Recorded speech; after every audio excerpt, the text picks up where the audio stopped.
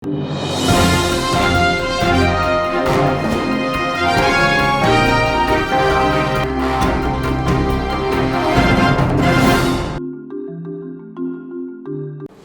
To beat the news TV యువత గుండె చప్పుడు. నేను మీ బిఎం హరి.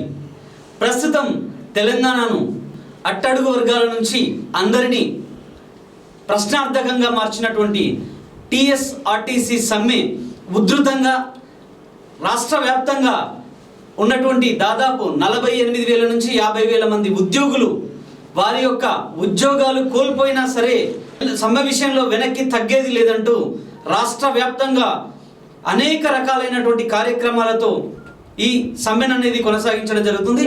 అయితే ప్రస్తుతం ఇక్కడ వనపర్తి జిల్లాకు చెందినటువంటి కొంతమంది వ్యక్తులు మన యొక్క ఈ డిబేట్లో పార్టిసిపేట్ అవ్వడం కోసం వచ్చారు.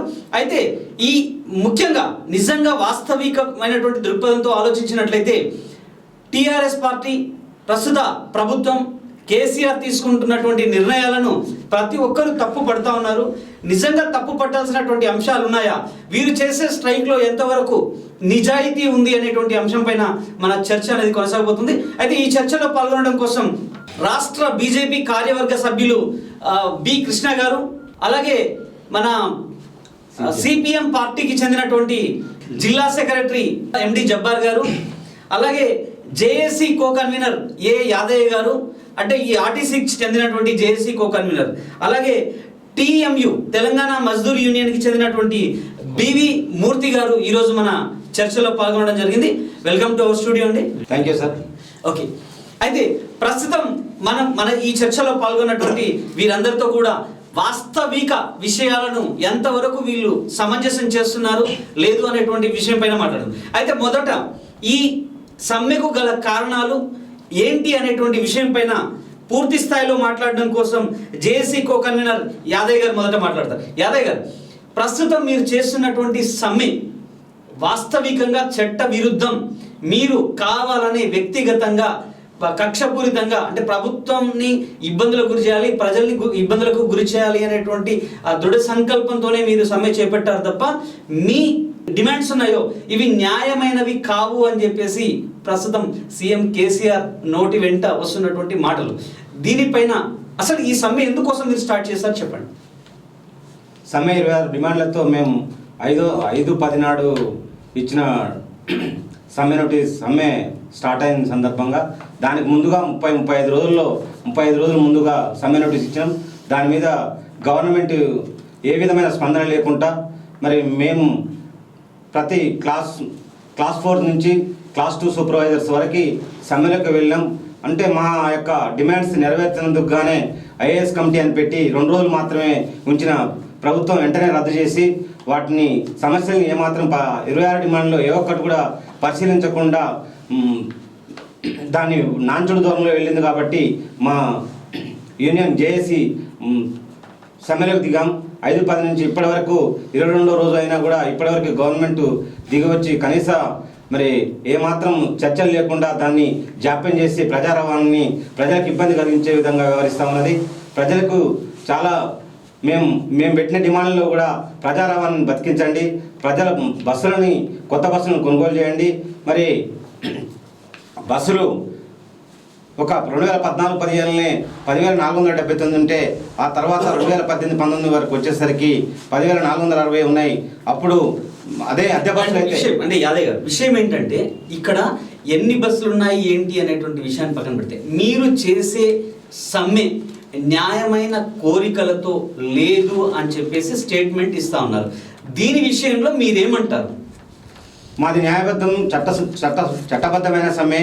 మేము ఎవ్రీ డిమాండ్ మాకు మనీ మా యొక్క జీతభత్యాలతో కూడింది ఏం కాదు, ప్రజా రవాణాకు సంబంధించింది. కాబట్టి మేము న్యాయబద్ధంగా ప్రభుత్వానికి నోటీస్ మీరు నిజంగా న్యాయబద్ధమైంది అయితే ప్రజా సమస్యల్ని దృష్టిలో పెట్టుకొని మీరు కనుక సమ్మె చేసినట్లయితే ప్రజల కోసమే మీరు నిజంగా ఆర్టీసీ అనేది అంతరించకుండా ఉండడం కోసం మీరు సమ్మె చేసినట్లయితే ముఖ్యంగా అంటే రాష్ట్రానికి లేదా ఆర్టీసీకి అత్యంత ఇన్కమ్ వచ్చేటువంటి టైం ఏంటి అంటే దసరా ఫెస్టివల్. ఈ టైంలో దాదాపు చాలా అంటే కొన్ని కోట్ల టర్న్ ఓవర్ జరిగేటువంటి అవకాశాలు మన ఆర్టీసీకి ఉన్నాయి. కరెక్ట్ అదే టైంలో మీరంటే సమ్మె ఇచ్చినప్పటికీ పండగ పోయిన తర్వాత చేసింటే అయిపోయేది కదా అనేటువంటి విషయాన్ని ప్రస్తుత ప్రభుత్వం లేవనెత్తుతోంది.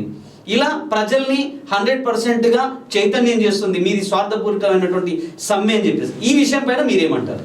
స్వార్థపూరితం కాదండి. మన ప్రభుత్వానికి ముందే 30 రోజుల ముందు ఇచ్చినప్పుడు గవర్నమెంట్ దానిలో పరిశీలన చేసి చర్చలకు పిలిచా డిమాండ్స్ ఏమున్నాయని అడిగి మరి గవర్నమెంట్ పరిష్కరిస్తే ఇంతవరకు దాపురించేది కాదు కదా. గత ఒక పండుగ కాదు, మేము గతంలో సకల జనాల సమ్మెలో కూడా ఈ పండుగల పబ్బాలు వదిలేసి కూడా ఉద్యమాన్ని తీసుకొచ్చి ఆర్టీసీ సమ్మెకు అనుకూలంగా తెలంగాణని సాధించుకున్నట్టుకు మాయంతు చేయూతను అందించి ఆయల సమ్మెను మొదలుపెట్టి ఇదంతా చేసినాం. మరి గవర్నమెంట్ ఇదే 30 రోజుల ముందు ఇచ్చినప్పుడు లేబర్ కమిషన్తో కానీ మీ యొక్క ప్రభుత్వం దిగివచ్చి ప్రభుత్వం వచ్చి మాట్లాడవచ్చు కదా, సమస్యను పరిష్కరిస్తే ఇంతవరకు ఈ ప్రజలకి ఇబ్బందులు జరగకుండా చేస్తే సమస్య తీరేది కదా అని మేము కోరుతాము. మూర్తి గారు వాస్తవిక దృక్పథంలోకి వెళ్దాం. ప్రజల్ని ఇబ్బందులకు గురి చేయొద్దు అనేటువంటి ఆలోచన మీకుంటే పండగ ముందర మీరు ఎందుకు స్టార్ట్ చేశారు? సార్ ఒకటే సార్, మేము ఇండస్ట్రియల్ యాక్ట్ ప్రకారం సార్ 35 రోజుల ముందరనే మరి యాజమాన్యానికి నోటీస్ ఇవ్వడం జరిగింది సార్. అంటే పండుగను దృష్టిలో పెట్టుకొని మీరు ముందర ఇచ్చారా? పండుగ గతంలో మేము సకల జన సమ్మెలో కూడా మేము పాల్గొన్నాం సార్. అప్పుడు కూడా దసరా పండుగ వచ్చింది కదా సార్. మరి ఆ రోజు ముఖ్యమంత్రి కూడా దసరా పండుగ విద్యార్థులు చెప్పలేదు సార్. మరి ఇప్పుడు ఇండస్ట్రియల్ యాక్ట్ ప్రకారం 30 రోజుల ముందు సైక్ నోటీస్ ఇవ్వడం జరిగింది. ఇచ్చినప్పుడు కూడా ప్రభుత్వం నుంచి కానీ యాజమాన్యటువంటి స్పందన లేదు సార్. లేనందువలన మరి అత్యంత పరిస్థితుల్లో ఇప్పుడున్న పరిస్థితిలో ఒకటి ఏం చెప్తున్నాడు అంటే అసలు మీ ఉద్యోగాలే లేవా, మీరు ఏం చేసుకుంటారో చేసుకోండి అని చెప్పేసి ఒక మాట అంటాడు. దానికి మీరు ఏమంటారు? అది చట్టవిరుద్ధం సార్. ఎందుకంటే మనకు కూడా రాజ్యాంగం కొన్ని హక్కులు కల్పించింది సార్. ఇండస్ట్రియల్ యాక్ట్స్ ఉన్నాయి, కార్మిక చట్టాలు ఉన్నాయి, రాజ్యాంగం ఉంది. అనంత మాత్రాన అది మేము అది సభ కూడా కాదు సార్. మేమైతే ఏకీభవించాం, ఇది పూర్తిగా ఖండిస్తున్నాం సార్ దీన్ని మాత్రం. ఓకే, ఇప్పుడు యాదయ్య గారు ఒక విషయం ఏంటంటే ప్రస్తుతం ఉన్నటువంటి పరిస్థితిలో ఈ సమ్మె అనేది కేవలము మీ స్వార్థ ప్రయోజనాలే. అసలు ప్రభుత్వంలో ఈ భూగోళం ఉన్నంత వరకు ప్రభుత్వంలో కలిసేదే లేదు అని చెప్పేసి డైరెక్ట్ స్టేట్మెంట్ ఇస్తా ఉన్నాడు. కొంతమంది మా జర్నలిస్టులు క్వశ్చన్ చేస్తే వాళ్ళని కూడా కించపరిచే విధంగా మాట్లాడిన పరిస్థితులను కూడా మనం చూడడం జరిగింది. నిజంగా మరి అంటే అంత స్ట్రాంగ్గా ఉండడానికి కారణం ఏందని మీరు అనుకుంటున్నారు? కేసీఆర్ గారు మరి ఇంత దారుణంగా మాట్లాడడం, ప్రజల్ని వ్యతిరేకించడం, ప్రజలంటే ప్రభుత్వమే, మరి ప్రజలలో భాగస్వామ్యం, ప్రజలు ప్రభుత్వం, ప్రజలంటేనే ప్రభుత్వం. మరి ఇంత నీచంగా మాట్లాడడం, ఒక ఎంప్లాయీని డిసిప్లిన్డ్ ఎంప్లాయీస్ని పట్టుకొని మీరు దద్దమ్మలు, మీరు పనికిరాని వాళ్ళుగా చిత్రీకరించడం, ఇది ఆయనకు అధికారం ఇచ్చినాం కదా అని ఇష్టం వచ్చిన రీతిగా మాట్లాడితే మా మనోభావాలు దెబ్బతిని మా కార్మికులు ఇప్పటికే సూసైడ్ చేసుకున్న సందర్భాలు ఉన్నాయి. ఇంకా మనోవేదనకు గురవుతా ఉన్నారు. ఇది చట్టసమ్మతం కాదు, ఇది చట్టబద్ధం కాదు. మేము చట్టబద్ధమైన న్యాయమైన డిమాండ్ల కోసం మేము మాట్లాడుతూ ఉంటే సీఎం గారు ఈ విధంగా అనడం సరైన పద్ధతి కాదని తెలియజేస్తా ఉన్నాం. బీజేపీ కృష్ణ గారు, వాస్తవిక దృక్పథంలోకి వెళ్తే అంటే ఈరోజు స్ట్రైక్ చేస్తున్నటువంటి ఆర్టీసీ కార్మికులు వాస్తవికంగా వారి యొక్క న్యాయమైనటువంటి డిమాండ్లు ఉన్నాయి. వాటిని కనుక ఫుల్ఫిల్ చేసినట్లయితే మేము కూడా చాలా ప్రశాంతంగా ఉండడానికి అవకాశాలు ఉన్నాయి అని చెప్పి చెప్తా ఉన్నారు. కానీ ఇక్కడ ఎంతసేపు ఉండు అంటే ప్రభుత్వం ఏం మాట్లాడుతుంది అంటే అసలు మీది సమ్మెనే కాదు, అసలు మిమ్మల్ని పరిగణలోకి తీసుకోము, మీరు ఏ ఉద్దేశంతో మీరు సమ్మె చేస్తున్నారో మాకు అర్థం కావట్లేదు అని చెప్పేసి అంటున్నారు. ప్రస్తుతం కేంద్రంలో బీజేపీ ప్రభుత్వం ఉంది. దాదాపుగా 19 నుంచి 20 రాష్ట్రాలకి ఈరోజు బీజేపీ ప్రభుత్వం అనేది ప్రతి రాష్ట్రంలో పాలిస్తున్నటువంటి పరిస్థితులు కూడా ఉన్నాయి. మరి అక్కడ లేనటువంటిది ఈరోజు ఇక్కడ ఎందుకోసం బీజేపీ చేస్తుంది? కేవలం రాజకీయ దురుద్దేశం తప్ప వేరే లేదని చెప్పేసి అంటుంది. ఈ విషయంలో మీరేమంటారు? అట్లా కాదండి. ఎందుకంటే ఈరోజు తెలంగాణ రాష్ట్రంలో ఉండే ఆర్టీసీ కార్మికులకు మిగతా రాష్ట్రంలో ఉండే ఆర్టీసీ కార్మికులకు చాలా డిఫరెన్స్ ఉంది. ఓకే, 70 సంవత్సరాలు అన్ని రంగాల్లో తెలంగాణ రాష్ట్రంలో ఉండే ప్రజలు, ఉద్యోగస్తులు, కార్మికులు, విద్యార్థులు అందరూ కూడా అన్ని రంగాల్లో అనుకోదొక్కబడ్డారు. 70 సంవత్సరాల నుంచి అనుకోదొక్కబడ్డారు ఈ యొక్క తెలంగాణ రాష్ట్రాన్ని. కాబట్టి ప్రజల లోపల ఆ రోజు ఆర్టీసీ కార్మికులు ఉద్యమాల్లో పాల్గొన్నారు, విద్యార్థులు పాల్గొన్నారు, ఆనాడు ప్రాణ త్యాగాలు చేసినారు తెలంగాణ రాష్ట్రం కోసానికి. ఆర్టీసీ కార్మికులు కూడా అనేక సకల జనుల సమ్మె కానివ్వండి, తమ ఉద్యోగాలు పోయినా సరే తెలంగాణ రాష్ట్రాన్ని సాధించుకున్నారని చెప్పి ఆ రోజు ఆర్టీసీ కార్మికులు స్వాతంత్రం నుంచి కూడా ఎప్పుడు ఉద్యమం చేయనటువంటి ఉద్యమాన్ని ఆర్టీసీ కార్మికులు 28 రోజులు సకల జనుల సమ్మెలు, ఆనాడున్న సమైక్య ఆంధ్రప్రదేశ్ ఉన్నటువంటి ముఖ్యమంత్రి గారు మీ ఉద్యోగాలు తీసేస్తాం, మీ మీద పోలీస్ కేసులు పెడతామని చెప్తే కూడా లెక్క చేయకుండా తెలంగాణ రాష్ట్రం కోసానికి వాళ్ళు ఆ రోజు పోరాటం చేసిండ్రు. వనపర్తి డిపోలో కూడా 40 మంది కార్మికుల పైన పోలీస్ కేసులు అయినాయి, జైలుకు పోయిండ్రు. తెలంగాణ రాష్ట్రం కోసానికి పోరాటం చేసిండ్రు. మీరు అంటున్నట్లు మిగతా రాష్ట్రాల్లో ఆర్టీసీ యొక్క కార్పొరేషన్లో అక్కడ ఉన్నటువంటి కార్మికులకు వేతనాల విషయంలో కానీ ఆర్టీసీలో ఉండే సౌకర్యాల విషయంలో కానీ డిఫరెంట్ ఉన్నది. ఈ యొక్క అనగదొక్కబడ్డ తెలంగాణ రాష్ట్రంలో ఉన్నటువంటి ఆర్టీసీ కార్మికులకు డిఫరెంట్ ఉన్నది. ఆ రోజు ఉద్యమం చేసినటువంటి నాయకులు తెలంగాణ రాష్ట్రం ఏర్పడితే మిగతా రాష్ట్రాల్లో ఏదైతే రవాణా సౌకర్యం విషయంలో మీ యొక్క కార్మికుల విషయంలో ఏ విధంగా అయితే ఉంటుందో ఆ విధంగా నేను సౌకర్యాన్ని కల్పిస్తాను. నేను మీ యొక్క కార్మికులకు వేతన సవరణ విషయంలో కానీ ప్రభుత్వ ఉద్యోగులకు సమానంగా మిమ్మల్ని చేస్తాను చెప్పి వాస్తవం. ఆ రోజు జరిగినటువంటి పరిస్థితుల ప్రకారం కేసీఆర్ గారు చెప్పినటువంటి మాటల్ని కొన్ని రిమైండ్ చేసుకున్నట్లయితే కొన్ని ఉన్నాయి, కానీ ఎక్కడ కూడా ప్రభుత్వంలో విలీనం చేస్తాను అనేటువంటి స్టేట్మెంట్ నేను ఇవ్వలేదు. ఎక్కడైనా ఉంటే తీసుకురండి అనేది ఉంటుంది, ఒక స్టేట్మెంట్ కూడా ఇవ్వడం జరిగింది. మరి దానిపైన ఏమంటారు? ప్రతిరోజు టీవీలో వస్తున్నాయి, ప్రతిరోజు సోషల్ మీడియాలో వస్తున్నాయి. కేసీఆర్ గారు చెప్పినటువంటి వాళ్ళ ఉద్యమంలో మీరు ఉద్యమం చేయండి, ఉద్యోగాలు ఎక్కడ పోవు. ఆ రోజు మన తెలంగాణ అనేది తెలంగాణ ప్రజల అందరి గొంతుక. ఈ రోజు ఆర్టీసీ సమ్మె అనేది కేవలం ఆర్టీసీలో ఉండేటువంటి ఉద్యోగుల స్వార్థపూరితమైనటువంటి ఆ సమ్మె అనేది స్టేట్మెంట్ ఇస్తున్నాడు. తెలంగాణ కోసం అంటే ప్రజలందరి కోసం చేసిన ఉద్యమం, దీన్ని ఎలా పరిగణలోకి తీసుకుంటారు అనేది ఒక తెలంగాణ రాష్ట్రం ఏర్పడ్డాక ముఖ్యమంత్రి కేసీఆర్ మొదటిసారి అయిన తర్వాత ఇదే టీఎంయు లీడర్ అశ్వత్థామరెడ్డి గారు యూనియన్ ఎన్నికల్లో గెలిచిన తర్వాత ముఖ్యమంత్రి గారిని కలిసినప్పుడు క్లియర్ గా అందరు ముందర మాట్లాడడం జరిగింది. ఆర్టీసీ కార్మికులకు కాలుకు ముళ్ళు కుచ్చిన నోటి పన్నుతోన మనం తీయాల్సిన బాధ్యత మన మీద ఉన్నది. వారికి ప్రభుత్వంతోన ఏదైతే ప్రభుత్వ ఉద్యోగస్తులకు వస్తున్నటువంటి వేతనం యొక్క వాళ్ళకి ఇవ్వాల్సిన అవసరం ఉన్నది అని చెప్పి ముఖ్యమంత్రి గారు విలేకరుల ముందల ఎలక్ట్రానిక్ మీడియా ముందల బహిరంగ ప్రకటన అశ్వత్థామరెడ్డి గారిని పక్కన భుజం మీద చేసి చెప్పినటువంటి సంఘటనలు, ముఖ్యమంత్రి గారి మాటలు. అంటే 50,000 చెప్తున్నారు కదా, 50,000 అనేది చాలా చాలా చాలా చాలా దారుణం. అది ఏ ఆర్టీసీ కార్మికులకు లెక్కలు ఉన్నాయి, వాళ్ళకి వేతనాలు ఎంత ఇస్తున్నది, ఎంత జీతాలు ఇస్తున్నారో తెలుసు. ఒక రిటైర్మెంట్ అయిన తర్వాత 1,500 ఒక మనిషి జీవన విధానంలో ఎట్లా సరిపోతుందో మనం ఆలోచన చేయాల్సిన అవసరం ఉన్నది. బేసిక్ 10,000, 12,000 ఒక వ్యక్తి ఈ రోజు ఉన్నటువంటి పరిస్థితుల్లో జీవనము ఆ 10,000, 15,000 బేసిక్ తో జీతాలు ఎట్లా చేస్తారో కూడా మనకు కూడా అందరం కూడా ఆలోచన చేయాలి. జబ్బార్ గారు, నిజంగా వాస్తవిక పరిస్థితులను కనుక మనం పరిగణలోకి తీసుకున్నట్లయితే ఆర్టీసీ కార్మికులు చేస్తున్నటువంటి సమ్మె ప్రస్తుతం 22వ రోజు చేరుకొని విజయవంతంగా కొనసాగుతుంది. కానీ ప్రస్తుతం ఉన్నటువంటి రాజకీయాలు 100% వారి స్వార్థపూరితమైనటువంటి మూమెంట్తో మాత్రమే ఈరోజు వాళ్ళను వెనుకేసుకొస్తున్నారు తప్ప ఎక్కడ కూడా వారికి పూర్తి స్థాయిలో సహకరించట్లేదు అనేటువంటి పరిస్థితులు ఉన్నాయి అనేటువంటి పరిస్థితులను కూడా మనం చూస్తున్నాం అనేది కేసీఆర్ మాటల్లో అర్థమవుతుంది. దీని విషయంలో మీరేమంటారు? కేసీఆర్ గారు ఈ రాష్ట్రంలో ఉన్నటువంటి ఒక ముఖ్యమంత్రి లాగా మాట్లాడట్లేదు. ప్రజలు ఆయనను కోరుకున్నారు, ఈ రాష్ట్ర ముఖ్యమంత్రి రెండవసారి అయింది.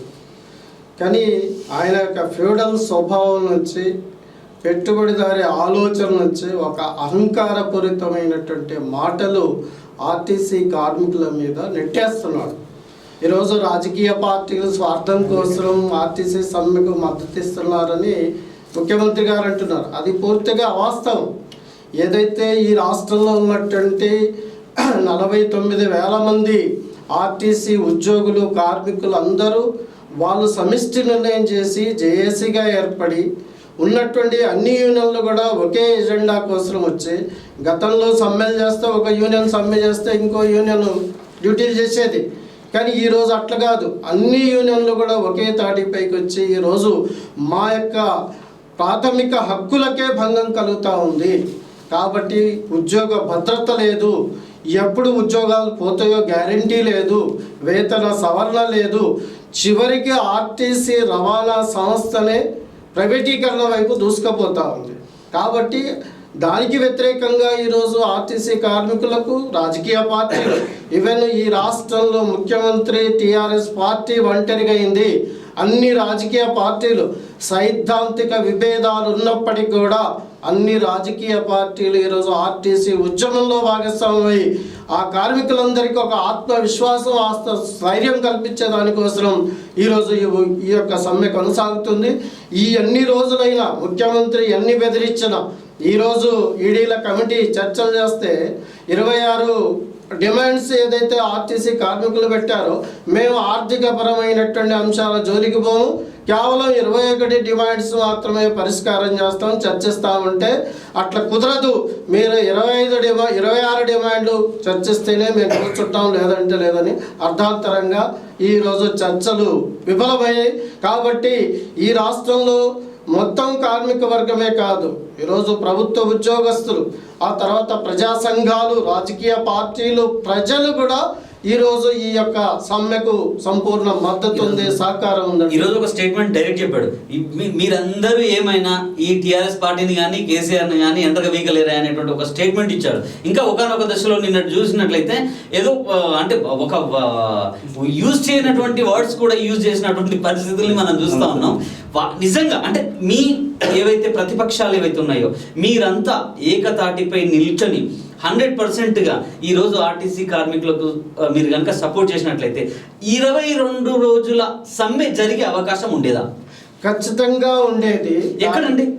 ఎందుకు రాజకీయ పార్టీలు రోజువారీగా ఈరోజు నిన్న ముఖ్యమంత్రి అనుచిత వ్యాఖ్యలు చేసినటువంటి విధానానికి నిరసిస్తూ తెలంగాణ రాష్ట్రం అంతా కూడా లెఫ్ట్ పార్టీలు ఈరోజు దానికి వ్యతిరేకంగా వాపస్ తీసుకోవాలి, మీ అహంకారపూరితమైనటువంటి మాటలు వదులుకోవాలి, మీరు ఖచ్చితంగా ఆర్టీసీ కార్మికులకు చర్చలు పిలవాలని తీవ్రమైనటువంటి ఆందోళన చేయడం అనేటువంటి జరిగింది. ఈరోజు అన్ని పార్టీలు కూడా, ఈవెన్ బీజేపీ, ఈవెన్ కాంగ్రెస్, ఈ లెఫ్ట్ పార్టీలు, ఇతర లౌకిక సెక్యులర్ శక్తులు అందరూ కూడా ఆర్టీసీ న్యాయమైనటువంటి సమ్మె ఇది. ఓకే ఓకే కృష్ణ గారు, నిజంగా ప్రస్తుతం ఉన్నటువంటి పరిస్థితుల దృష్ట్యా తీసుకున్నట్లయితే కేసీఆర్ హుజూర్ నగర్ ఎన్నికల్లో ప్రస్తుతం టీఆర్ఎస్ పార్టీ విన్ అయిన తర్వాత ఎట్టి పరిస్థితుల్లో ఈ సమ్మెకు ఏ విధమైనటువంటి సహాయ సహకారాలు అందిస్తాడు అనేటువంటి సిచ్యువేషన్స్ కూడా కనిపించినటువంటి ధీమాతో నిన్న పెట్టినటువంటి ప్రెస్ మీట్ మనం చూస్తే అర్థమైపోతుంది. ఈరోజు బీజేపీ అంటే కేంద్రంలో ఉన్నటువంటి బీజేపీ తెలంగాణలో కూడా పుంజుకుంటున్నటువంటి పరిస్థితులు మనకు కనిపిస్తూ ఉన్నాయి. మరి మీరు పూర్తి స్థాయిలో ఈ సమ్మెకు సహకరిస్తున్నారు అని మీరు అంటూ ఉన్నారు, కానీ పబ్లిక్లో ఆర్టీసీ నాయకుల్లో ఈ విషయం పైన చాలా చాలా చాలా అసలు ఒక సరైనటువంటి నమ్మకమే లేదు అనేటువంటి పరిస్థితులు కూడా బయట జరుగుతున్నటువంటి పరిస్థితులు చూస్తున్నాయి. దీనికి ఎందుకు రీజన్ అంటున్నానంటే ఈరోజు ఒక ఆర్టీసీ డ్రైవర్ వెళ్ళి మన మన జేఏసీ కన్వీనర్ పైన, రాష్ట్ర కన్వీనర్ పైన కేసు పెట్టినటువంటి విధానం ఒక ఎగ్జాంపుల్ చెప్తుంది. ఇటువంటి అంశం పైన మీరేమంటారు? ఖచ్చితంగా బీజేపీ పార్టీ రాష్ట్ర స్థాయిలో కూడా చాలా పూర్తిగా ఆర్టీసీ కార్మికులకు మద్దతుగా పాల్గొనడం జరిగింది.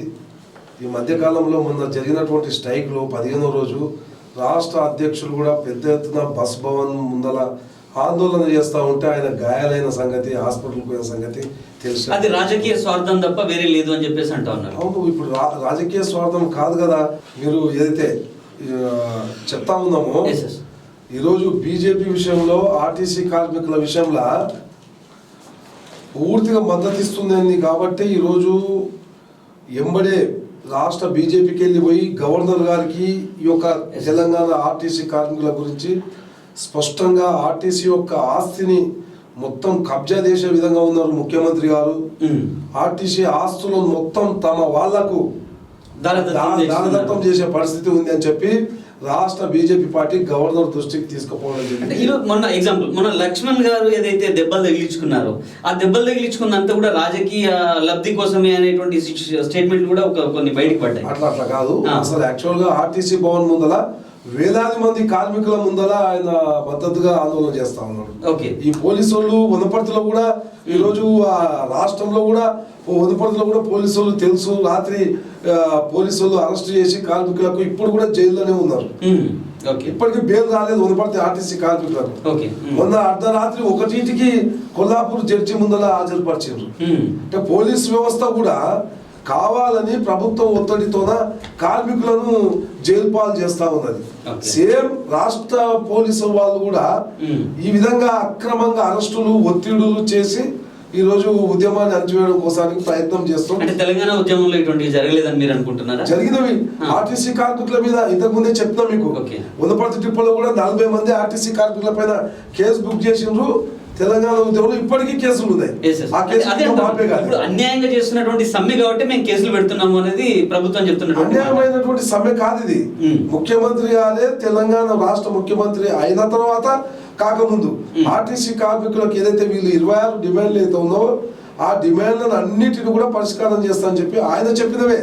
ఈ రోజు ఆర్టీసీ కార్మికులు ఇక్కడ ఎక్కడ ఇబ్బంది అవుతుందంటే ఆర్టీసీ కార్మికులకు గతంలో 5 సంవత్సరాలు ముఖ్యమంత్రిగా ఉన్నప్పుడు ఈ యొక్క ఆర్టీసీ కార్మికులను సమస్యలు ఏవైతే ఉన్నావో సమైక్య ఆంధ్రప్రదేశ్ లో ఉన్నటువంటి సమస్యలు అన్ని పరిష్కారం చేస్తానని చెప్పినటువంటి వ్యక్తి 5 సంవత్సరాలు నాచుకుంటూ వస్తున్నాడు ముఖ్యమంత్రి గారు. ఆర్టీసీ కార్మికుల సమస్యలు నెరవేర్చకుండా పక్కన మొన్న 3 నెలల కింద ముఖ్యమంత్రి అయినటువంటి జగన్మోహన్ రెడ్డి గారు ఆర్టీసీ కార్మికులను ప్రభుత్వం యొక్క విలీనంలో చేయడానికి ఆయన ముందుకేసి కొనసాగుతా ఉన్నారు. ఇక్కడ ఆర్టీసీ కార్మికుల యొక్క చాలా పక్కా రాష్ట్రము ఈ విధంగా చేస్తే ఈ రాష్ట్రకి ఏమైంది? ఈ రాష్ట్రం ఏర్పడినప్పుడు చాలా ధనిక రాష్ట్రం ఇది, ఆర్థికపరమైన రాష్ట్రం ఇది, చాలా అభివృద్ధి చెందుతున్న రాష్ట్రం ఇది అని చెప్పి మీరు చెప్పినటువంటి వాళ్ళు మీరు ఈ రోజు మరి పక్క రాష్ట్రం చేసినప్పుడు మీరు కూడా చేయాల్సిన బాధ్యత ఉంది కదని చెప్పి ఈ రోజు ఆర్టీసీ కార్మికులు డిమాండ్ చేస్తా ఉన్నారు. ఏంటంటే ఇంకొక విషయం మీరు చెప్పారు, హుజూర్ నగర్ అసెంబ్లీ ఎన్నికలు అయిన తర్వాత సాయంత్రమే ప్రెస్ మీటింగ్ బట్టి ఇష్టం వచ్చినట్లు మాట్లాడుతున్నది. ఫస్ట్ వీళ్ళు ఆర్టీసీ సమ్మె రోజే మాట్లాడిండు, సాయంత్రం వరకు మీరు ఉద్యోగంలో లేరు, మీరు డిస్మిస్, ఇక మీరు ఉద్యోగస్తులే కారు చెప్పడం జరిగింది. ఇది ఒక ముఖ్యమంత్రి గారు చెప్పినటువంటి విషయం కాదు, రాజ్యాంగం ఉంది, కోర్టు ఉంది. ఆయన ఇచ్చినటువంటి ఉద్యోగాలు కావి, కష్టపడి చదువుకొని ఇంటర్వ్యూకి పోయి తెచ్చుకున్నటువంటి ఉద్యోగాలు అవి. ఏదో ముఖ్యమంత్రి వచ్చి ఇచ్చి తీసేస్తే తమిళనాడులో ముఖ్యమంత్రి గారు కూడా సేమ్ అదే పని చేసిండ్రు. ఆ విధంగా తీసేస్తే కోర్టు అప్పుడు ఉన్నటువంటి ముఖ్యమంత్రిని ఏం చేసిందో అందరికి తెలుసు. కాబట్టి ఏదైతే ముఖ్యమంత్రి గారు చేతిలో ఉద్యోగాలు తీసేయడానికి లేదు, ఏదైతే వాళ్ళు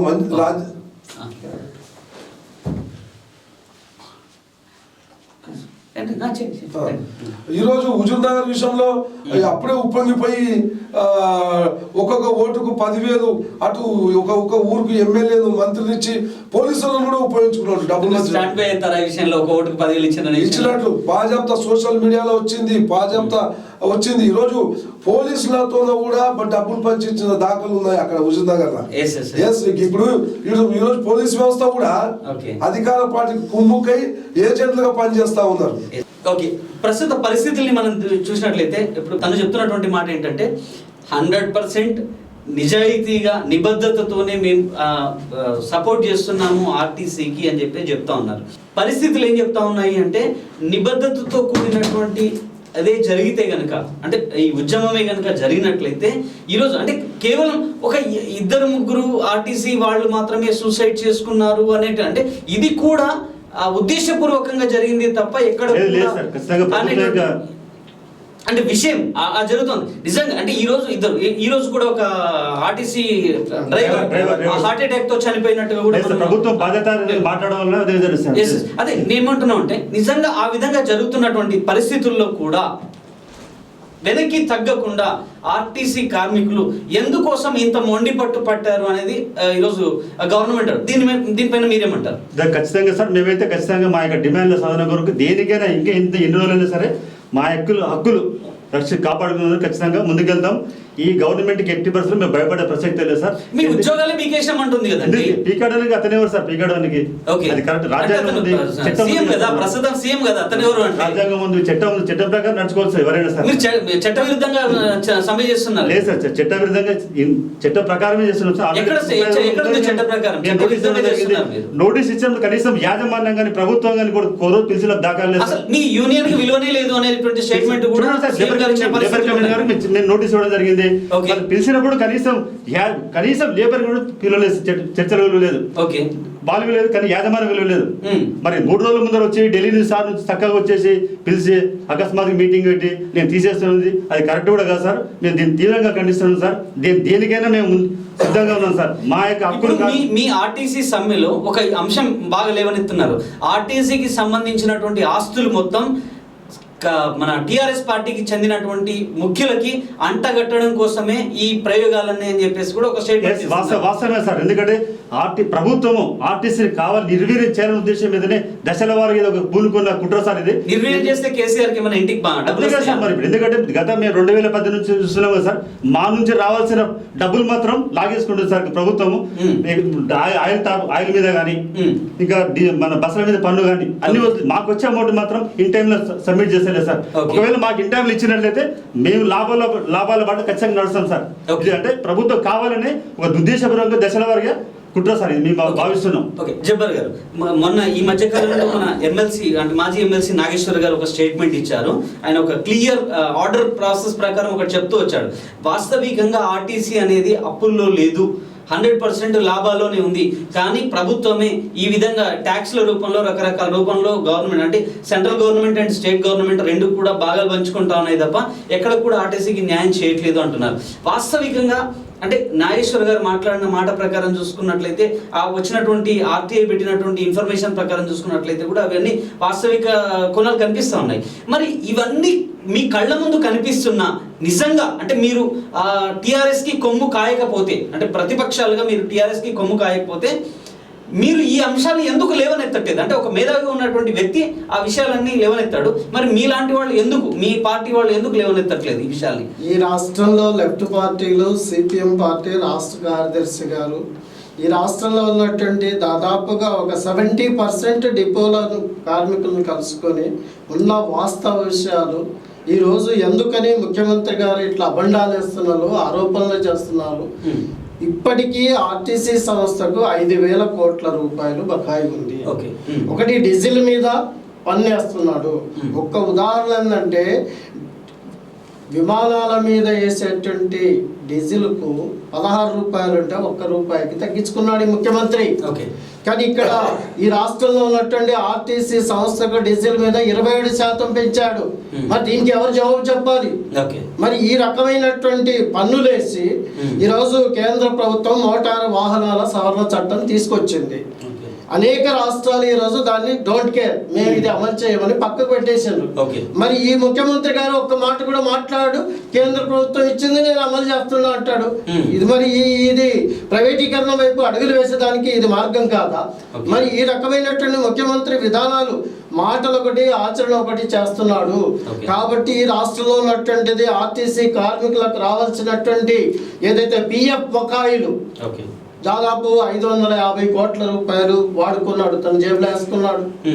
ఆ తర్వాత ఉద్యోగులు రిటైర్డ్ అయినటువంటి ఉద్యోగులకు రావాల్సినటువంటి బెనిఫిట్స్ అవి కూడా తన ఖాతాలో వేసుకున్నాడు.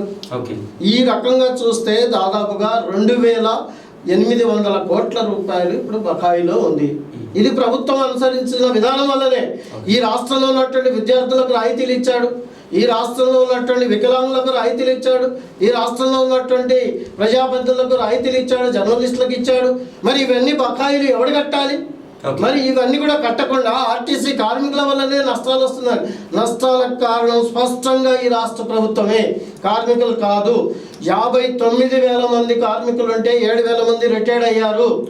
అయినా డబుల్ డ్యూటీలు చేసి ఎక్కడ కూడా వాళ్ళు చాలా ఇబ్బంది పడి ఎండాకాలం అయితే ఎండలకు సైతం ఆర్టీసీ డ్రైవర్లు గుండెపోటుతో చనిపోయారు. ఈ రోజు మీరు చెప్పిన నార్కెట్పల్లి డిపో సంబంధించిన జమీల్ ముఖ్యమంత్రి యొక్క మాటలకు మనస్తాపం చెంది గుండెపోటుతో చనిపోయాడు. మరి ప్రభుత్వ హత్యలు తప్ప వీళ్ళు కార్మికులు ఏదో అభాండాలు వేసి వాళ్ళు ఏదో కుటుంబ ఇవి ప్రభుత్వ కలహాలు హత్యలు కావు, కేవలం అశ్వత్థామరెడ్డి చేసినటువంటి స్ట్రైక్ వల్ల జరిగినటువంటి హత్యలు అని చెప్పేసి అశ్వత్థామరెడ్డి గారి మీద ఈ రోజు కంప్లైంట్, అంటే నిన్న కంప్లైంట్ కూడా పుటప్ చేయడం జరిగింది. మరి దీనికి ఏమంటారు? అశ్వత్థామరెడ్డి ఒక్కడ చేసేది కాదు ఇది. ఈ రాష్ట్రంలో ఉన్నటువంటి 48,000 పైచలుకున్నటువంటి కార్మికులందరూ ఆయనకు మద్దతుగా నిలబడ్డారు. అశ్వత్థామరెడ్డి మీద కేసులు వేస్తే తెలంగాణ రాష్ట్ర సాధన కోసం కేసీఆర్ మీద ఇంకా చాలా మంది మీద చాలా కేసులు అయినాయి. కేసులకు భయపడతారా? విద్యార్థులు చాలా మంది 1,200 మంది చనిపోయారు. మరి ఇప్పుడు కూడా ఈ రాష్ట్ర ముఖ్యమంత్రి బంగారు తెలంగాణ అంటున్నాడండి. రెండోసారి ముఖ్యమంత్రి అయినాక ఇంటర్మీడియట్ లో 27 మంది విద్యార్థులు చనిపోయారు. ఇది యొక్క ముఖ్యమంత్రి యొక్క వ్యవహారం బాధ్యతనే దీనికి. ఈ రాష్ట్రంలో ఇప్పటికి 9 మంది ఆర్టీసీ కార్మికులు చనిపోయారు. ఇది ముఖ్యమంత్రి చేసినటువంటి బాధ్యత వహించాలి. ఇది ఖచ్చితంగా ప్రభుత్వ హత్యలే. ఒక కార్మికులే కాదండి, తెలంగాణ రాష్ట్రం వస్తే మొత్తం నిధులు వస్తాయి, నీళ్లు వస్తాయి, నియామకాలు అవుతాయి, బంగారు తెలంగాణ అవుతుందంటే ఈ ముఖ్యమంత్రి గారు ముఖ్యమంత్రి అయిన 6 సంవత్సరాల కాలంలోనే 4,000 మంది రైతులు ఆత్మహత్య చేసుకున్నారు. దీనికి జవాబు చెప్పాలి ముఖ్యమంత్రి గారు.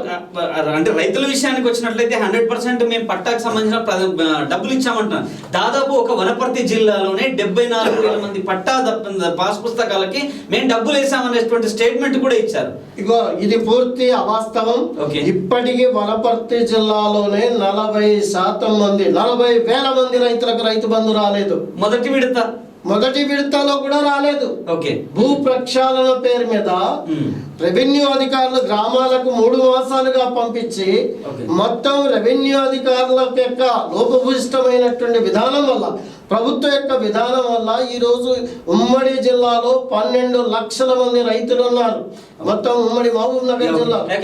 రైతుల చర్చ నెక్స్ట్ టైం చేద్దాం. అంటే ప్రస్తుతం ఆర్టీసీ చెప్పండి, మీరు చెప్పండి సార్. ఇప్పుడు ఎవరైతే నిన్న కుక్కటిపల్లిలో రాజన్ డ్రైవర్ నిన్న జైన్ అడిగారు సార్, అది పూర్తిగా ప్రభుత్వ పథకంలో ఒక భాగమే సార్. ప్రభుత్వం కావాలని అంటే కార్మికుల ఐక్యత కలిగించి ఈ సమ్మెను ఏ విధంగా అయినా సరే విచ్ఛిన్నం చేయాలనే ఉద్దేశంతో నిన్న ఆ విధంగా చేసింది సార్. ఇంకోటి మేము చేసే సమయంలో కేసీఆర్ ఆయనకు సపోర్ట్ చేశాడు.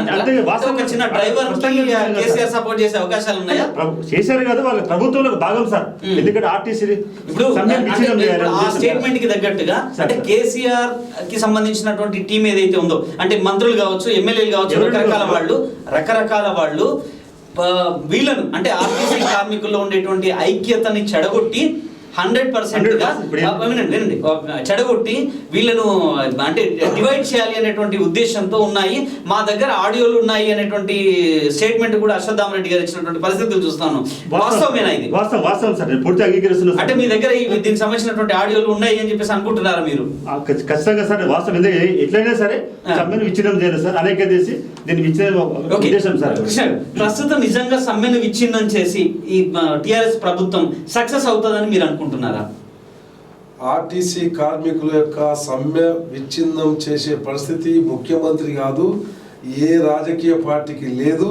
ఎందుకంటే ఈరోజు వాళ్ళు కడుపు కోత వల్ల వాళ్ళతో పాటు వాళ్ళ సొంత విషయం కాదు, ఇది తెలంగాణ రాష్ట్ర ప్రజల యొక్క అవసరం కూడా. ఇది రవాణా వ్యవస్థ పూర్తిగా పోతా ఉన్నది. తమ రవాణా ఏదైతే ఆర్టీసీ ఆస్తులు ఏవైతే ఉన్నావో ఇప్పటికే చాలా వరకు ముఖ్యమంత్రి ఖాతాలకు పోయినవి వాళ్ళ మనసులకు. ఈ మధ్యకాలంలో చూస్తూ ఉన్నాం టీవీలో. ఈరోజు వనపర్తి డిపో కాడ కూడా దాదాపుగా 55 పెట్రోల్ బంకులు ఈ తెలంగాణ రాష్ట్రంలో ఒక్కటే వ్యక్తికి ఎటువంటి టెండర్ నోటీస్ లేకుండా ఏం లేకుండా ఆర్టీసీ ఆస్తులను పెట్రోల్ బంకులను ముఖ్యమంత్రి గారు అప్పచెప్పినటువంటి సంఘటన అందరికి తెలుసు, టీవీలో వస్తున్నాయి, వాస్తవాలు కూడా అది. కాబట్టి ఏదైతే విచ్ఛిన్నం చేసే పరిస్థితి ఈ ముఖ్యమంత్రి గారికి లేదు. ఎందుకంటే స్వాతంత్రం రాకముందు నుంచి కూడా ట్రేడ్ యూనియన్లు ఉన్నాయి, కార్మిక సంఘాలు ఉన్నాయి. వనపర్తి డిపో కూడా స్వాతంత్రానికన్నా ముందు వచ్చినటువంటి డిపో. కార్మికులు కూడా స్వాతంత్రానికన్నా ముందు నుంచి ఉన్నటువంటి కార్మికులు ఉన్నటువంటి సంస్థ. మీరు ఈ విషయం అంటున్నారు కదా, వాస్తవికంగా అంటే ఎగ్జాంపుల్, అంటే మీరు ఇప్పుడు ఒకటి ఎగ్జాంపుల్ చెప్పారు, ఒకటే వ్యక్తికి 67 మందికి ఇవ్వడం జరిగింది ఆస్తులని. రెండోది వరంగల్లో కూడా రీట్రేడింగ్ సంబంధించినటువంటి అసెట్ ని పూర్తి స్థాయిలో దయాకర్కి అప్పచెప్పారు అంటారు. మరి ఇవన్నీ చేసినటువంటి ఆధారాలు ప్రస్తుతము మీ అంటే కేంద్ర ప్రభుత్వంలో ఉన్నటువంటి మీ పార్టీకి తూచా తప్పకుండా ప్రతి విషయం తెలిసిన ఎందుకోసం మీ బీజేపీ పార్టీ అనేది ఈ కేసీఆర్ పైన యాక్షన్ తీసుకునేటువంటి వ్యవహారంలోకి అడుగుపెట్టలేదని మీరు అనుకుంటున్నారు? అంటే ఖచ్చితంగా ఈ ప్రభుత్వము అధికారంలోకి వచ్చి చేసినటువంటి ఈ యొక్క వ్యవహారాలను ఖచ్చితంగా ఏదైతే ఉందో కేంద్ర ప్రభుత్వానికి సంబంధించినటువంటి అది ఇంటెలిజెన్స్ కానివ్వండి లేకపోతే చట్టం కానివ్వండి ఖచ్చితంగా, ఎందుకంటే ఈ మధ్యకాలంలో మీరు గమనించిన లేదో కృష్ణారెడ్డి అనే వ్యక్తి చాలా ముఖ్య అనుచరుడు ముఖ్యమంత్రి గారికి, మెగా కృష్ణారెడ్డి గారు. మరి ఇంటి సోదాలు జరిగినవి అవన్నీ బయటపడతా ఉన్నాయి. ఖచ్చితంగా ఈ యొక్క ముఖ్యమంత్రి కాల్ నుంచి చాలా మంది మంత్రులు ఈ యొక్క రాష్ట్ర సంపద మొత్తం దోచుకుంటున్నారు. ఖచ్చితంగా వీళ్ళు జైలు పాలు కావడం ఖాయము. ఎందుకంటే గతంలో తమిళనాడులో చూసినాము ముఖ్యమంత్రి కూడా, బీహార్లో చూసినాము ముఖ్యమంత్రి కూడా జైల్లో ఉన్నటువంటి సంఘటన తెలుసు. ఈ రాష్ట్రంలో కూడా ఖచ్చితంగా జరగబోతుంది అనేది కూడా వాస్తవాలు. ఎందుకంటే తెలంగాణ రాష్ట్రం ఏర్పడక ముందు 1,50,000 కోట్లు ఉన్నటువంటి అప్పులను ఈరోజు 3 లక్షల కోట్లుగా ఈరోజు రాష్ట్రాన్ని దివాలా తీసిన ముఖ్యమంత్రి. అయితే ఇటువంటి అప్పులు చేస్తున్నటువంటి ఏదైతే ధనమంతా ఉందో ఆ ధనమంతా పర్సెంటేజ్ల రూపంలో దోచుకుంటా ఉన్నారు. ఖచ్చితంగా సెంట్రల్ ఏదైతే ఉన్నదో బీజేపీ పార్టీ కూడా ఏదైతే ఉందో ఇది ఊకే వదిలిపెట్టే ప్రసక్తే లేదు. వీళ్ళు ఖచ్చితంగా జైలు పాలు కావడం ఖాయమని చెప్పి కూడా మేము ఈ సందర్భంగా తెలియజేస్తా ఉన్నాం. ఓకే, అయితే ప్రస్తుతం ఉన్నటువంటి పరిస్థితుల్లో ఆర్టీసీ కార్మికులు దాదాపు అంటే సెప్టెంబర్లో చేసినటువంటి ఆ డ్యూటీ చేసినటువంటి రోజులకు కూడా ఈ రోజు వరకు వేతనం రాలేదు. తర్వాత దాదాపు 22 రోజులు అంటే అది పోయిన నెల అంటే 2 months, దాదాపు 2 నెలలుగా వీళ్ళు వేతనం అనేది లేక పరిస్థితులు దారుణమైనటువంటి పరిస్థితుల్లో వీళ్ళ ఫ్యామిలీలు గడుస్తున్నాయి అని చెప్పేసి ఈ రోజు భార్య పిల్లలతో సహా రోడ్లకు ఎక్కినటువంటి పరిస్థితులు కూడా చూస్తున్నాం. మరి ఈ పరిస్థితులు చూస్తూ కూడా మీ ప్రతిపక్షాలు పూర్తి స్థాయిలో మద్దతు ఇవ్వట్లేదు. అందుకే కేసీఆర్ ఈ స్థాయిలో విరుచుకుపడుతున్నాడు అని సోషల్ మీడియాలో తర్వాత రకరకాల వ్యక్తుల్లో ఈ కామెంట్స్ అనేవి వెలువడతా ఉన్నాయి. దీనికి మీరేమంటారు? ప్రతిపక్షాలుగా ముఖ్యమంత్రి గారు చెప్పినటువంటి పూర్తి అవాస్తవాలు. ఓకే, ఈ రాష్ట్రంలో ఉన్న ప్రతిపక్ష ఆయన చెప్పలేదు, ఇంకా ఈ స్టేట్మెంట్ ఆయన ఇవ్వలేదు, సోషల్ మీడియా ఇస్తుంది. ఆయన ఇవ్వకపోయినా మొన్ననే చెప్పాడు, ఆయన ప్రెస్ మీట్ లోనే చెప్పాడు దిక్కుమాలినోళ్ళు అని చెప్పేసి చెప్పాడు. రేపు ఆయనకు దిక్కుమాలినోడు అవుతాడు రేపు రాబోయే రోజుల్లో. కాబట్టి ఈ రాష్ట్రంలో ఉన్నటువంటి ప్రతిపక్షాలు లెఫ్ట్ పార్టీలు ఖచ్చితంగా ఆ కార్మికులకు న్యాయమైనటువంటి డిమాండ్లు సాధించేదాకా కూడా ఈ ఉద్యమం కొనసాగుతుంది. ఈ ప్రపంచ చరిత్రలో హిట్లర్ లాంటి వాడు జర్మనీలో మరి కార్మికులను ప్రజల్ని అందరినీ ఇబ్బందులు పాలు చేస్తే ఆయన్ని ఆత్మహత్య చేసుకొని సావాల్సిన పరిస్థితి వచ్చింది. కాబట్టి ఒకసారి రావచ్చు కూడా అట్లాంటి రోజులు, దానికి ఏమి లేదు. ఈ రోజు మెగా కృష్ణారెడ్డి గారు ఎలక్ట్రికల్ బస్సులు ఆయన మీద ఐటీ సోదాలు జరుగుతున్నటువంటి నేపథ్యంలో ఒక బహిరంగ రహస్యం బయటపడింది. ఎలక్ట్రికల్ బస్సులు 200 బస్సులు ఆయనకు ఇచ్చేసాడు. కేంద్ర ప్రభుత్వం నుంచి రావాల్సినటువంటి సబ్సిడీ 50%, 200 కోట్లు అయితే ఒక 100 కోట్లు కేంద్ర ప్రభుత్వం నుంచి వస్తుంది. ఇది తన ఖాతాలో వేసుకొని ఈరోజు మొత్తం ముఖ్యమైనటువంటి రహదారులన్నీ కూడా ప్రధానమైనటువంటి రహదారులు ఇట్లా ప్రైవేట్ వ్యక్తులకు ఇచ్చేసి ఈరోజు గ్రామీణ ప్రాంతాల్లో ఉన్నటువంటి గిరిజనులు లేదా చిన్న చిన్న పల్లెలకు ఈ పల్లె వెలుగులు పంపించి మీకేదో నష్టాలు అట్లా కూడా రావట్లేదు. ఏ ఆర్టీసీ బస్సులో కూడా ఈరోజు ఖాళీ సీట్లు లేవు. మరి ఇదంతా డబ్బులు ఎక్కడ పోతున్నాయి? నీ ఖాతాలో జమ చేసుకుని నీవు రాష్ట్ర బడ్జెట్లో 1% ఇస్తే చాలు. ఈ రాష్ట్రంలో ఈ ఆర్టీసీ దీని నుంచి బయటపడి బ్రహ్మాండంగా అభివృద్ధి అవుతుంది. ఆర్టీసీ ఉద్యోగులు కార్మికులు క్షేమంగా ఉంటారు. కాబట్టి ఈరోజు ఈ ప్రభుత్వం యొక్క దురుద్దేశంతో ఈ సమ్మెను విచ్ఛిన్నం చేసి నాయకులను బెదిరించి అదిరించి అంటే అటువంటి పరిస్థితి ఇప్పుడు లేదు. మొన్న ప్రెస్ మీట్లో జరిగేదానికి కొంతమంది అటు ఇటు ఆలోచన చేసినా ఈరోజు మళ్ళీ ఒక పట్టుదలతో ఆత్మవిశ్వాసంతో కార్మికులు సమ్మె చేస్తున్నారు. ఆ సమ్మెకు ఈ రాష్ట్రంలో ఉన్న ప్రతిపక్ష పార్టీలు లెఫ్ట్ పార్టీలు ఖచ్చితంగా వాళ్ళకు అండగా నిలబడతాయి. దీంట్లో విజయం సాధిస్తారనేటువంటి నమ్మకం మాకుంది. ఇదే అంశం పైన ఒకసారి, ఎందుకంటే ఒక ముఖ్యమంత్రి గారు నిజంగా ఎంత దుర్మార్గమైన అటువంటి ఆలోచనతో ఉన్నాడంటే, ఒక హైకోర్టు వీళ్ళకు పోయిన నెల జీతం చేసిండ్రు కదా ఆర్టీసీ కార్మికులు, వెంటనే జీతాలు ఇవ్వండి అని చెప్పి హైకోర్టు ప్రభుత్వానికి ఆర్టీసీ యాజమాన్యానికి చెప్పినా కూడా ఎటువంటి యొక్క అహంకారంతో ముఖ్యమంత్రి గారు మా దగ్గర కార్మికులకు జీతాలు ఇవ్వడానికి డబ్బులు లేవు, 7 కోట్లే ఉన్నాయి, ఎట్లా 200 కోట్లు చెల్లించాలి అని చెప్పి కోర్టుకు ప్రజలకు తప్పుడు సమాచారం ఇస్తున్నాడు. ముఖ్యమంత్రి గారు హైకోర్టును గౌరవిస్తలేరు, చట్టాన్ని గౌరవిస్తలేరు. మొన్న బీసీ జాతీయ కమిషన్ ఢిల్లీలో వీళ్ళొక్క ఆర్టీసీ యాజమాన్యం ఎండిని ప్రభుత్వ సెక్రటరీ కూడా నోటీసులు ఇవ్వడం జరిగింది. మీరు హాజరు కావాలి. ఈ యొక్క తెలంగాణ ఆర్టీసీ కార్మికులు 20,000 పైగా బీసీ కార్మికులు ఉన్నారు. చాలా మంది బీసీ కార్మికులు ఈ ప్రభుత్వ విధానం వల్ల చనిపోతా ఉన్నారు. కాబట్టి మీరు ఖచ్చితంగా మీరు హాజరు కావాలని చెప్పి జాతీయ బీసీ కమిషన్ రాష్ట్రపతితోన చట్టబద్ధత కలిగినటువంటి బీసీ కమిషన్ అది. అటువంటి రాష్ట్రపతి చట్టబద్ధత కల్పించినటువంటి బీసీ కమిషన్ నోటీస్ పంపించినా కూడా ఈ ప్రభుత్వం నుంచి మరి ఎటువంటి పోకుండా మరి ఆ విధమైనటువంటి ఒక దురహంకారం అహంకారంతో అంటే సమన్స్ జారీ చేసే అవకాశం ఉంది కదా. నోటీస్ ని నెగ్లెక్ట్ చేసినట్లయితే సమన్స్ జారీ చేస్తున్నారు. ఓకే, నిన్న సమావేశానికి పోనందుకు సమన్స్ జారీ చేస్తున్నారు. ముఖ్యమంత్రి గారు హైకోర్టును గౌరవించలేదు, చట్టాన్ని గౌరవించలేదు, రాష్ట్రపతి ఏదైతే చట్టబద్ధత కల్పించిన జాతీయ కమిషన్ విలువ ఇస్తలేడు, ఎవరికి విలువ ఇస్తలేడు, ప్రజలకు ఇస్తలేడు, కార్మికులకు ఇస్తలేడు. ఇప్పుడు ఒక మాట ఇక్కడ ఏమంటున్నారు జబార్ గారు అంటుంటారు, అంటే జబార్ గారు లేదు అంటే జరుగుతున్నటువంటి పరిస్థితులు ఒక స్టేట్మెంట్ ఏముందంటే ఈ ఎలక్ట్రిక్ బస్సులకు సంబంధించినటువంటి దాదాపు వచ్చినటువంటి రాష్ట్ర కేంద్ర ప్రభుత్వం నుంచి వచ్చినటువంటి పూర్తి డబ్బంతా కూడా మెగా కృష్ణారెడ్డికి పూర్తి స్థాయిలో కట్టబెట్టాడు అనేటువంటి స్టేట్మెంట్లు చాలా చాలా వైరల్ అవుతున్నాయి. ఈ విషయం పైన బీజేపీ ఇప్పటి వరకు ఏమైనా చర్య తీసుకున్నదా? ఖచ్చితంగా. ఎందుకంటే కేంద్ర ప్రభుత్వము రాష్ట్ర ప్రభుత్వానికి, ఒక్క రాష్ట్ర ప్రభుత్వానికి కాదు దేశంలో ఉండే అన్ని రాష్ట్రాలకు కూడా ఎలక్ట్రానిక్ బస్సులను పంపించడం జరిగింది. ఎందుకంటే పొల్యూషన్ వల్ల చాలా వరకు ఇబ్బంది, ఢిల్లీలో చూసిన అనేక అనారోగ్యాలు వస్తున్నాయి అనే ఉద్దేశంతో పొల్యూషన్ విషయంలో ఎలక్ట్రానిక్ బస్సులు సబ్సిడీ ఇస్తూ నడిపితే ప్రజల ఆరోగ్యం బాగుంటుందని చెప్పి కేంద్ర ప్రభుత్వం బస్సులను పంపిస్తే ఈయన ముఖ్యమంత్రి గారు దానికి సంబంధించిన వ్యక్తులకు, తన పార్టీకి సంబంధించిన వ్యక్తులకు దోచుకోవడం అనేది స్పష్టంగా కనిపిస్తా ఉన్నది. వీడియోలో కూడా చూస్తా ఉన్నాం. ఇప్పుడు పూర్తి స్థాయిలో అయితే ఇక్కడ మీరు అందరూ ఏమన్నారు, కేంద్ర ప్రభుత్వం మరి యాక్షన్ తీసుకున్నాలే కదా అని చెప్పి.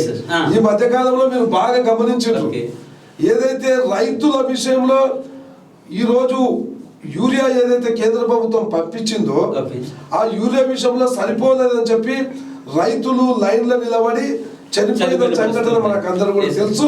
సంబంధిత మినిస్టర్, వ్యవసాయ శాఖ మంత్రి మినిస్టర్ నిరంజన్ రెడ్డి గారు రైతుల విషయంలో అవమానకరంగా మాట్లాడాడు. ఏమని మాట్లాడాడు? సినిమా టాకీస్ లో లైన్ లో నిలబడితే చనిపోతే సినిమా టాకీస్ బాధ్యుడా? అయితే ఈ విషయంలో కేంద్ర ప్రభుత్వం ఏం ఆలోచన చేసింది?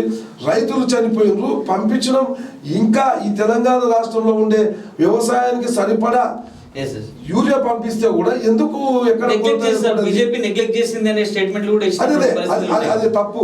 వాళ్ళు తప్పులు ఇచ్చినందుకే కేంద్రం నుంచి వచ్చే అధికారులు ఎక్కడ పొరపాటు జరిగింది అని చెప్పి రాష్ట్రంలో ఉండే రికార్డ్స్ పరిశీలిస్తే అసలు రైతే కాదు, ఒక రైతు 20,000 బస్తాలు తీసుకుపోయి రైతే కాదు, ఒక డమ్మీ పేరు ఆధార్ కార్డు నెంబర్ రాసి ఈ రాష్ట్రంలో ఉండే అది కేంద్రం నుంచి అధికారులు వచ్చి ఇక్కడ పొరపాటు జరిగింది చూడు, ఈయన రైతే కాదు 20,000 బస్తాలు తీసుకుపోయాడు, పలానా వ్యక్తి రైతు కాదు 30,000 బస్తాలు తీసుకుపోయాడు అని చెప్పి ఇక్కడ వ్యవసాయ అధికారులు ప్రజాప్రతినిధులకు సంబంధం ఉంది అని చెప్పి కేంద్ర ప్రభుత్వం అధికారులు ఏమైనా యాక్షన్ తీసుకున్నదా? ఆ విషయం వెంబడే కేంద్ర ప్రభుత్వం రైతు చనిపోయిన తర్వాత ఒక నెల గ్యాప్ ఉంది, నెల గ్యాప్ లా అప్పుడు కేంద్రంలో ఉండే అధికారులు వచ్చి చెప్తే అప్పుడు ఈ యొక్క వ్యవసాయ శాఖ అధికారులు, కమిషనర్, వ్యవసాయ శాఖ కమిషనర్ విజిలెన్స్ వేయడం జరిగింది. కాబట్టి ఏదైతే ఇక్కడ ఉన్నటువంటి రాష్ట్ర ప్రభుత్వం తప్పులు చేస్తుందో కేంద్ర ప్రభుత్వం స్పందిస్తుంది. అదే అంటున్నాం, స్పందన వరకే సరిపోతుంది కానీ యాక్షన్ ఎక్కడుంది? యాక్షన్ విషయం ఈ మధ్యకాలంలో చూసిన ఆర్టీసీ ఏదైతే శ్రీనివాస్ రెడ్డి అమరుడైండో, ఏదైతే సురేందర్ గౌడ్ అమరుడైండో, దీని విషయంలో గవర్నర్ కూడా ఎంబడి స్పందించి సెంట్రల్ గవర్నమెంట్ కూడా వెంబడే గవర్నర్ ప్రత్యేకంగా ఆర్టీసీ తెలంగాణలో జరుగుతున్న ఆర్టీసీ యొక్క సమస్యలను గురించి తెలుసుకోవడానికి గవర్నర్ ఎమ్మడే పిలవడం జరిగింది. గవర్నర్ను పిలిచి ఈ యొక్క ఆర్టీసీ యొక్క కార్మికుల గురించి తెలుసుకోవడం జరిగింది. కాబట్టి కేంద్ర ప్రభుత్వం కూడా ఆర్టీసీ కార్మికుల విషయంలో పూర్తిగా స్పందిస్తుంది. గవర్నర్ గారు కూడా మనం చూస్తా ఉన్నాము, గవర్నర్ కూడా స్పందిస్తున్నారు. ఏదైతే ఇప్పుడు ముఖ్యమంత్రి ఫస్ట్ మీ డిస్మిస్ పోయినాయి, తర్వాత నిన్నైతే అసలు ఆర్టీసీ ఆడుందే, ఆర్టీసీ లేదా అనుకోండి. ఇంకా ఒక అడుగు ముందుకేసి 10 బస్ స్టాండ్లు అమ్మేదా బస్సులు తెస్తారంట. 10 బస్ స్టాండ్లు అమ్మనీకి ఆయనకి ఎక్కడ హక్కు ఉంది? ఇది ఆర్టీసీ హక్కు. ఇది ఈయన ముఖ్యమంత్రి కాకముందు నుంచి, స్వాతంత్రం రాకముందు నుంచి ఆర్టీసీ ఆస్తులు ఉన్నాయి. ఈయన బస్ స్టాండ్లు ఎట్లా అమ్ముకుంటాడు? ఆయన ఆయన ఆయన ఫామ్ హౌస్ లో ఉండే భూములను అమ్ముకోవాలండి, ఎవరేమన్నారు. కానీ ఆర్టీసీ యొక్క బస్ స్టాండ్లను అమ్ముకుంటే ఈ ప్రజలు తిరగబడతారని చెప్పి సందర్భంగా మేము తెలియజేస్తా ఉన్నాం. ఈ చర్చలో స్మాల్ బ్రేక్ తీసుకుందాం. చూస్తూనే ఉండండి బీట్ ద న్యూస్ టీవీ యువతగుండే చప్పుడు. Welcome back. ఆర్టీసీ చర్చ. ఓకే, ప్రస్తుతం ఉన్నటువంటి పరిస్థితుల్లో ఆర్టీసీ ఆస్తులు అనేటువంటి విషయానికి వచ్చినట్టయితే ఈరోజు బస్ స్టాండ్ అమ్మి వీళ్ళ జీతాలు ఇవ్వాలి, లేకపోతే ఆస్తులు అమ్మి వీళ్ళ జీతాలు ఇవ్వాలి. నిజంగా ఈ ఆస్తులు కొంతనేమో సోషల్ మీడియాలో అక్కడక్కడ ఏమొస్తుంది, 60,000 ఆస్తులు, 1,00,000 కోట్ల ఆస్తులు ఉన్నాయి ఆర్టీసీకి అని ఉన్నాయి. అసలు ఆస్తులు ఎక్కడివయ్యా అనేటువంటి స్టేట్మెంట్ కూడా కేసీఆర్ గారు ఇస్తూ ఒక స్టేట్మెంట్ ఏమిస్తున్నారు, వీళ్ళకి జీతాలు ఇవ్వాలంటే నేను బస్ స్టాండ్లు అమ్మాలి, ఆస్తులు అమ్మాలి, అమ్మి ఇవ్వాలి అంటున్నారు. నిజంగా అదే జరిగేటువంటి పరిస్థితులు ఉన్నాయా? లేదు సార్, వాస్తవం సార్. మాది దాదాపు 60,000 కోట్ల రూపాయలు ప్రాపర్టీస్ ఉన్నాయి సార్. ఎగ్జాంపుల్ ఇప్పుడు ఎంజీబీఎస్ కానీ, జేబీఎస్ కానీ, వరంగల్ కానీ చాలా ఆస్తులు ఉన్నాయి సార్. మరి ఇది మాది ప్రజారవాణా వ్యవస్థ, ఇది లాభ నష్టం లేకుండా జరిపే చర్చ సంస్థ కాబట్టి మరి ఇప్పటికైనా ప్రభుత్వం స్పందించి మేము ఏమో గొంతమే కోరతలేము సార్. ఇప్పుడు మరి మా సమస్య న్యాయం, ఎందుకంటే ఆర్టీసీ సామాన్యులకు ఉపయోగపడేది ఇప్పుడు కాబట్టి ఖచ్చితంగా మరి మా సమస్యలు నెరవేరిస్తే మంచిగా ఉంటుంది, లేకపోతే బాగుంటుంది. యాదయ్య గారు మీరేమంటారు? ఆస్తుల విషయంలో కేసీఆర్ గారు తీసుకుంటున్నటువంటి నిర్ణయం కావచ్చు, లేదా ఆస్తులను వాళ్ళ పార్టీకి చెందినటువంటి వాళ్లకు కట్టబెట్టేటువంటి విషయంలో కావచ్చు, లేదా ఈరోజు ప్రైవేట్ బస్సులు అని చెప్పేసి ప్రైవేటీకరణ, అసలు ఆర్టీసీ అనేది లేదు అనేటువంటి అంశం పైన కావచ్చు, ఇటువంటి అంశాలపైన మీరేమంటారు? ఆర్టీసీ ఆస్తులు లేవనడం దుర్మార్గం అండి. ఆర్టీసీ ప్రభుత్వం అంటే మేము ప్రజా రవాణా 1932 నుంచి సంపాదించి పెట్టిన ఆస్తులు 60,000 కాదు 1,00,000 కోట్ల దాకా, 1,00,000 కోట్ల ఆస్తి ఉన్నది. దాన్ని రూపాయల బ్యాంకుల దగ్గర పెట్టినా కూడా నువ్వు ఇన్వాల్వ్ కాకుండా కూడా తెచ్చి పెట్టుకుని సంస్థ నడిపేంత కార్మిక వర్గం ఉన్నది మా దగ్గర. మరి మీరు ఒకప్పుడు మమ్మల తాకట్టు పెట్టి అక్కడ ఇప్పించి మాతోనే నష్టాలు, వాటి మీద తెచ్చిన అప్పులకి మేము 620 కోట్లను ప్రతిసారి కడుతూనే ఉన్నాం. ఇది తెచ్చిన అప్పులకి వడ్డీ రూపాయన కూడా కడుతూనే ఉన్నాం.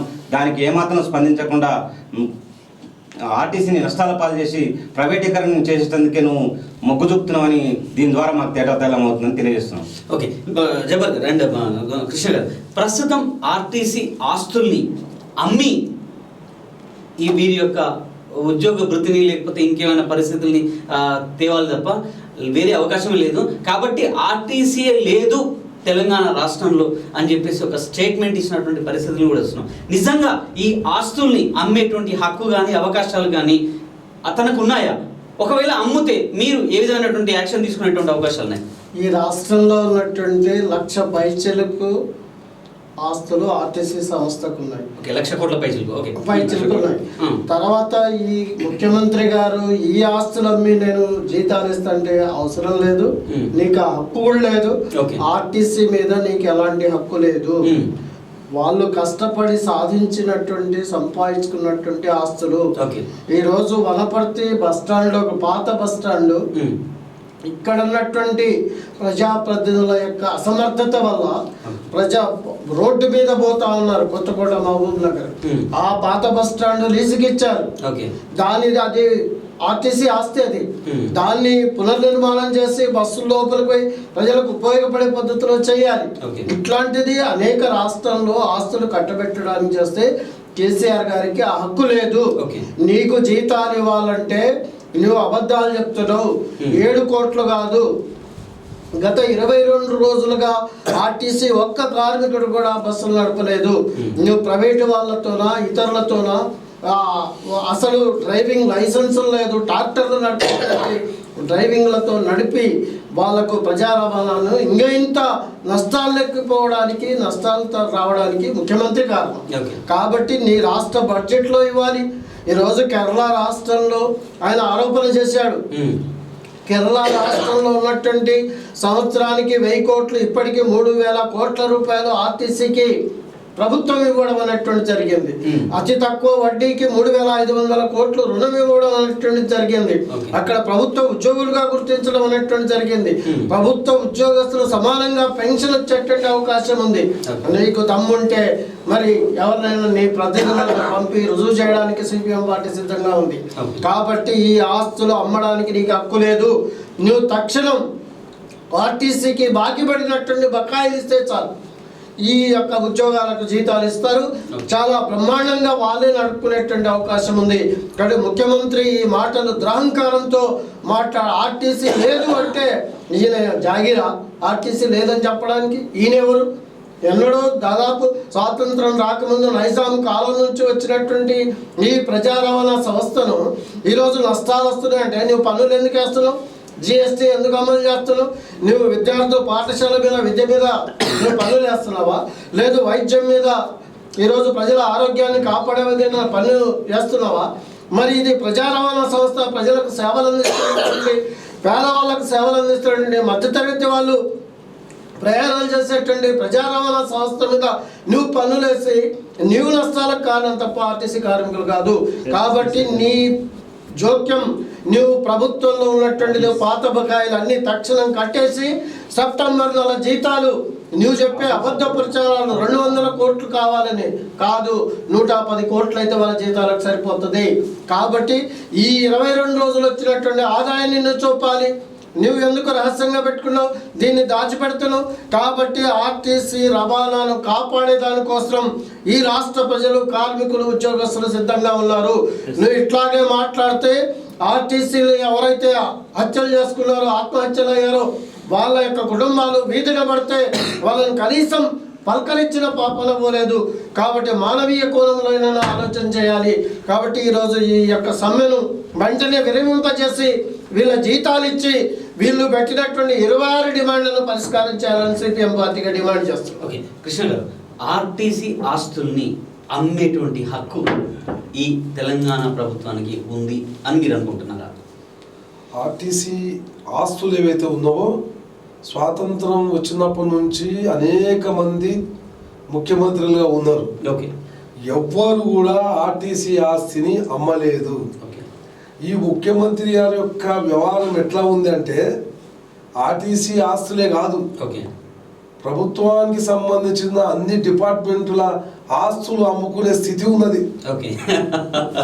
ఎందుకంటే తమ కుటుంబం మొత్తము తరతరాలకు ఉపయోగపడే విధంగా పైనుంచి ఉదపడితే దాకా ప్రయత్నం చేస్తా ఉన్నారు వాళ్ళ యొక్క అధికార పార్టీలో ఉన్న వాళ్ళు. ఇది వాస్తవము, ఇది కాదనే వాళ్ళు ఎవ్వరు కూడా లేదు. ఒకవేళ అదే విధంగా ఆర్టీసీ ఆస్తులు అయితే అమ్ముకునే స్థితి వస్తే మాత్రం ఈ ప్రజలు తిరగబడతారు.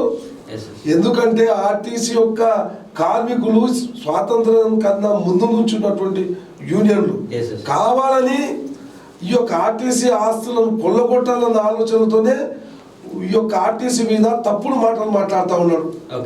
అసలు డిస్మిస్ చేసిన అంటున్నాడు, తర్వాత ఆర్టీసీ లేదంటున్నాడు. అసలు ప్రజలందరూ కూడా ముఖ్యమంత్రి మాట్లాడుతున్నటువంటి మాటలు వ్యవహారం చూస్తుంటే ఒక ముఖ్యమంత్రి కాదు, ఒక మామూలుగా వీధిలో తిరిగే వ్యక్తిలాగా ఉన్నాయి మాటలు. ఇప్పుడు ప్రస్తుతం ఒక మాట డిస్మిస్ అన్నాడు, మస్త్ అంటారు అన్నదానికి మీరేం పట్టించుకుంటారు అని చెప్పేసి కూడా ఒక స్టేట్మెంట్ ఇచ్చినటువంటి పరిస్థితి నేను ప్రెస్ మీట్ లో చూసినాం.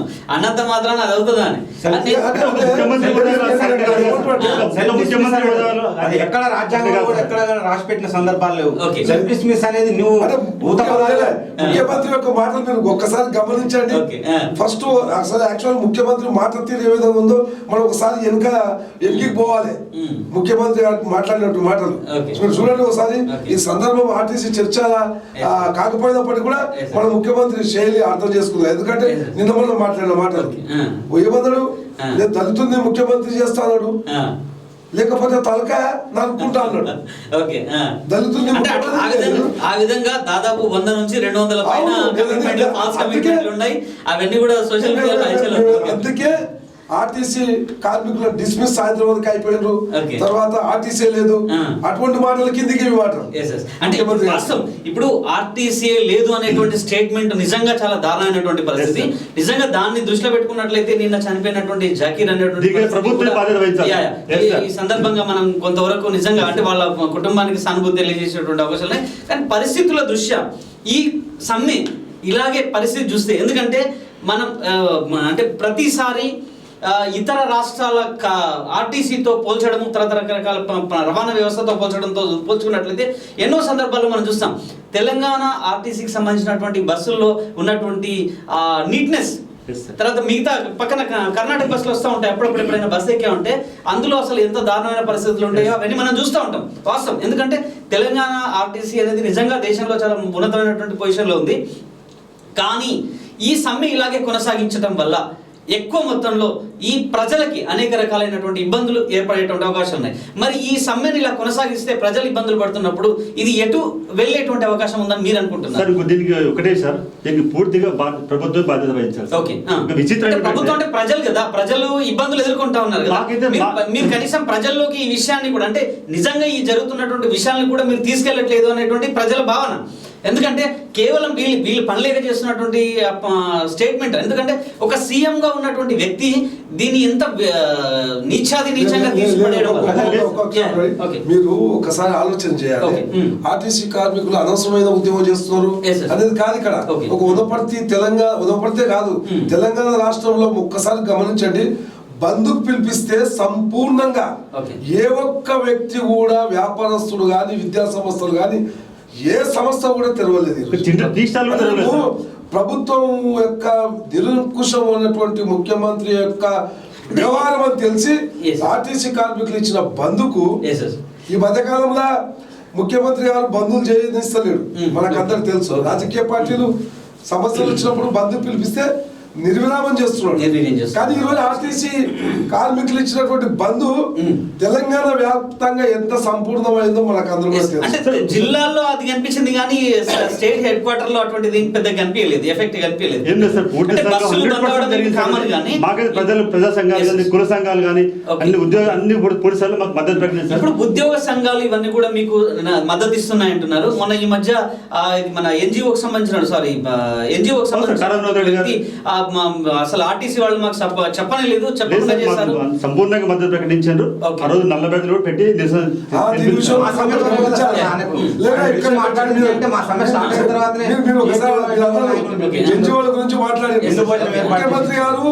ముఖ్యమంత్రి గారు లాజిక్ ల మీద ఉన్నాడు. ముఖ్యమంత్రి ఉగ్రబుద్ధి ఏదైతే వాళ్ళ యొక్క కొలిక్కున్నాడో, ఏదైతే శ్రీనివాస్ గౌడ్ గారు గతంలో ఎన్జిఓ సంఘంలో ఆయన బాధ్యతగా ఉన్నాడు.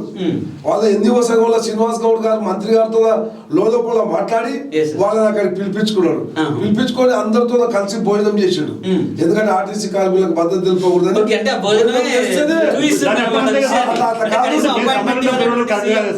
అట్లా కాదు, వాళ్ళు స్పష్టంగా మరుసటి రోజు టెస్ట్ ప్రకారంగా మాట్లాడారు. టోటల్ గా ఆర్టీసీ కార్మికులు చేసే ఏదైతే ఉన్నదో అది ఖచ్చితంగా మేము పూర్తి మద్దతు ఇస్తాం. వాళ్ళ న్యాయమైన డిమాండ్ ఈరోజు సమైక్య ఆంధ్రప్రదేశ్ నుంచి వాళ్ళు కొట్లాడుతూ ఉన్నారు. ఆ రోజు అని చెప్పి స్పష్టంగా వాళ్ళు ఆర్టీసీ కార్మికులకు పూర్తి మద్దతు తెలిపిండ్రు. ఈ రోజు కూడా టెంట్ల దగ్గరికి వాళ్ళకి సంబంధించిన వాళ్ళందరూ కూడా వచ్చి మద్దతు తెలుపుతా ఉన్నారు. ఇంకో విచిత్రం సార్, చూడండి సార్, మీరు 50,000 మంది కార్మికులు పనిచేస్తున్నాము సార్. ఇంకా పూర్తి స్థాయి ఎండి కూడా నియమించలేదు సార్ ప్రభుత్వం. అంటే గత 5 సంవత్సరాల ఎప్పుడైతే తమ ముఖ్యమంత్రి బంధువులు రమణారావు సార్, అంటే దేనికోసం అని మీరు అనుకుంటున్నారు? దశల వారీగా దీన్ని ప్రైవేట్ పరం చేయాలి కాన్సెప్ట్ సార్. మరి అనేక దఫాలుగా మొన్ననే మన సునీల్ శర్మ గారు కేంద్ర ప్రభుత్వం వెళ్ళి అవార్డు తీసుకోవడం జరిగింది. ఆయిల్ కన్జంప్షన్ కానీ, ఆయిల్ కన్జంప్షన్ కానీ. మరి ఇన్ని రకాలుగా వాళ్ళు ప్రభుత్వం గుర్తు చేస్తారు. మరి అంటే ఆర్టీసీ ఎండి నియమించలేదు, బోర్డును నియమించలేదు. అంటే దాని అంటే అర్థం ఏంటంటే ఈయన ఇంకో 4 సంవత్సరాలు అయితే ఈ పార్టీ ఉంటుందో ఉడుతుందో తెలియనటువంటి పరిస్థితి. ఆర్టీసీని పూర్తి స్థాయిలో ప్రైవేటీకరణ చేయడం వల్ల ఆయనకి ఏం లాభం వస్తుందని మీరు అనుకుంటున్నారు? బడా సంస్థలు ఉంటారు కదా సార్, పారిశ్రామికవేత్త. ఓకే. అంటే ఆయన దాంట్లో ప్రజెంట్ మెగా కృష్ణారెడ్డికి ఆయన partner అని మీరు అనుకుంటున్నారు? అనుకూల గొప్ప చెప్తాడు. అదే 40 మాకు ఇచ్చిండే సార్, ఓకే. అదే 40 మాకు ఇచ్చిండే ఒక ఉపాధి కలుగుతుండే కదా సార్. Yes, yes. అక్కడ ఉద్దేశం ఏంటంటే వాళ్ళకి ఇస్తే మొత్తం వచ్చే ప్రాఫిట్ కూడా వాళ్ళకే చెందుతుంది అన్నమాట. చాలా కుట్రపూరితంగా 50 ఒక్క బుద్ధితో జరుగుతున్నటువంటి వ్యవహారం. మరి ఇప్పుడు ప్రజలు ఇంకొక విషయం ఉంది. చెప్పండి. ఆర్టీసీని నిర్విధానం చేసి ప్రైవేటీకరణ చేసే దిశగా ఆయన లోపల ఉండొచ్చు, ఓకే. అయితే ఉద్దేశం కూడా ఉండొచ్చు.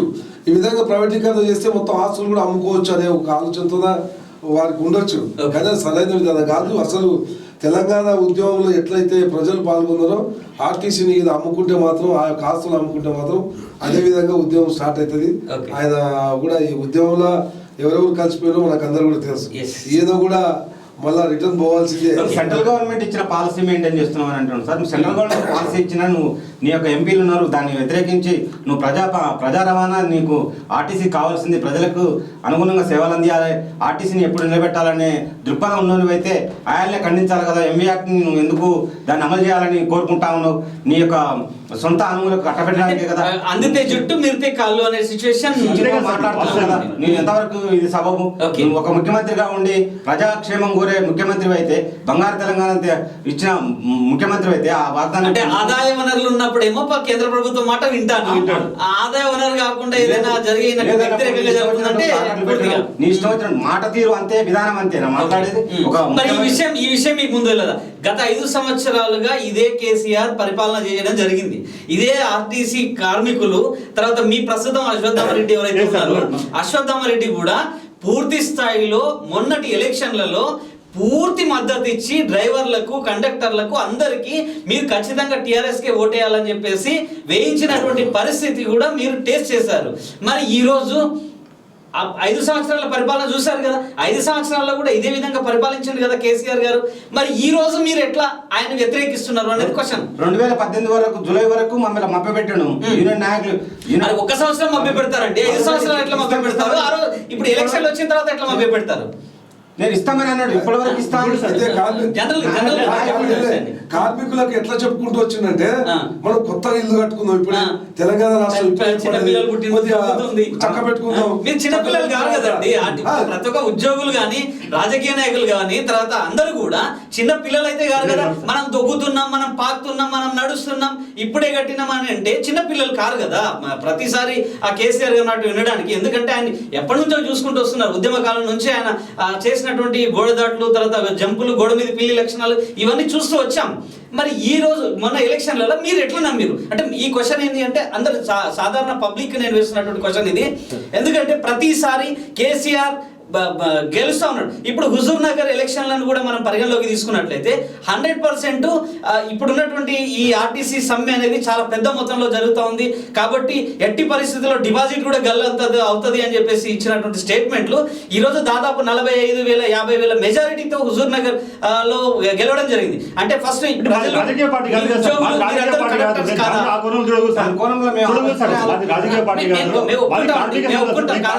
కానీ ఈ రోజు ఉన్నటువంటి ఈరోజున్న పరిస్థితుల్లో ఒకటే స్టేట్మెంట్ ఏంటంటే కేసీఆర్ కు ఒక ధీమా ఎక్కడి నుంచి వస్తుంది అంటే ప్రజలు సంపూర్ణమైనటువంటి మద్దతు ఇస్తున్నారు కాబట్టి నేనేం చేసినా నడుస్తుంది అనేటువంటి ఆ కాన్ఫిడెన్స్.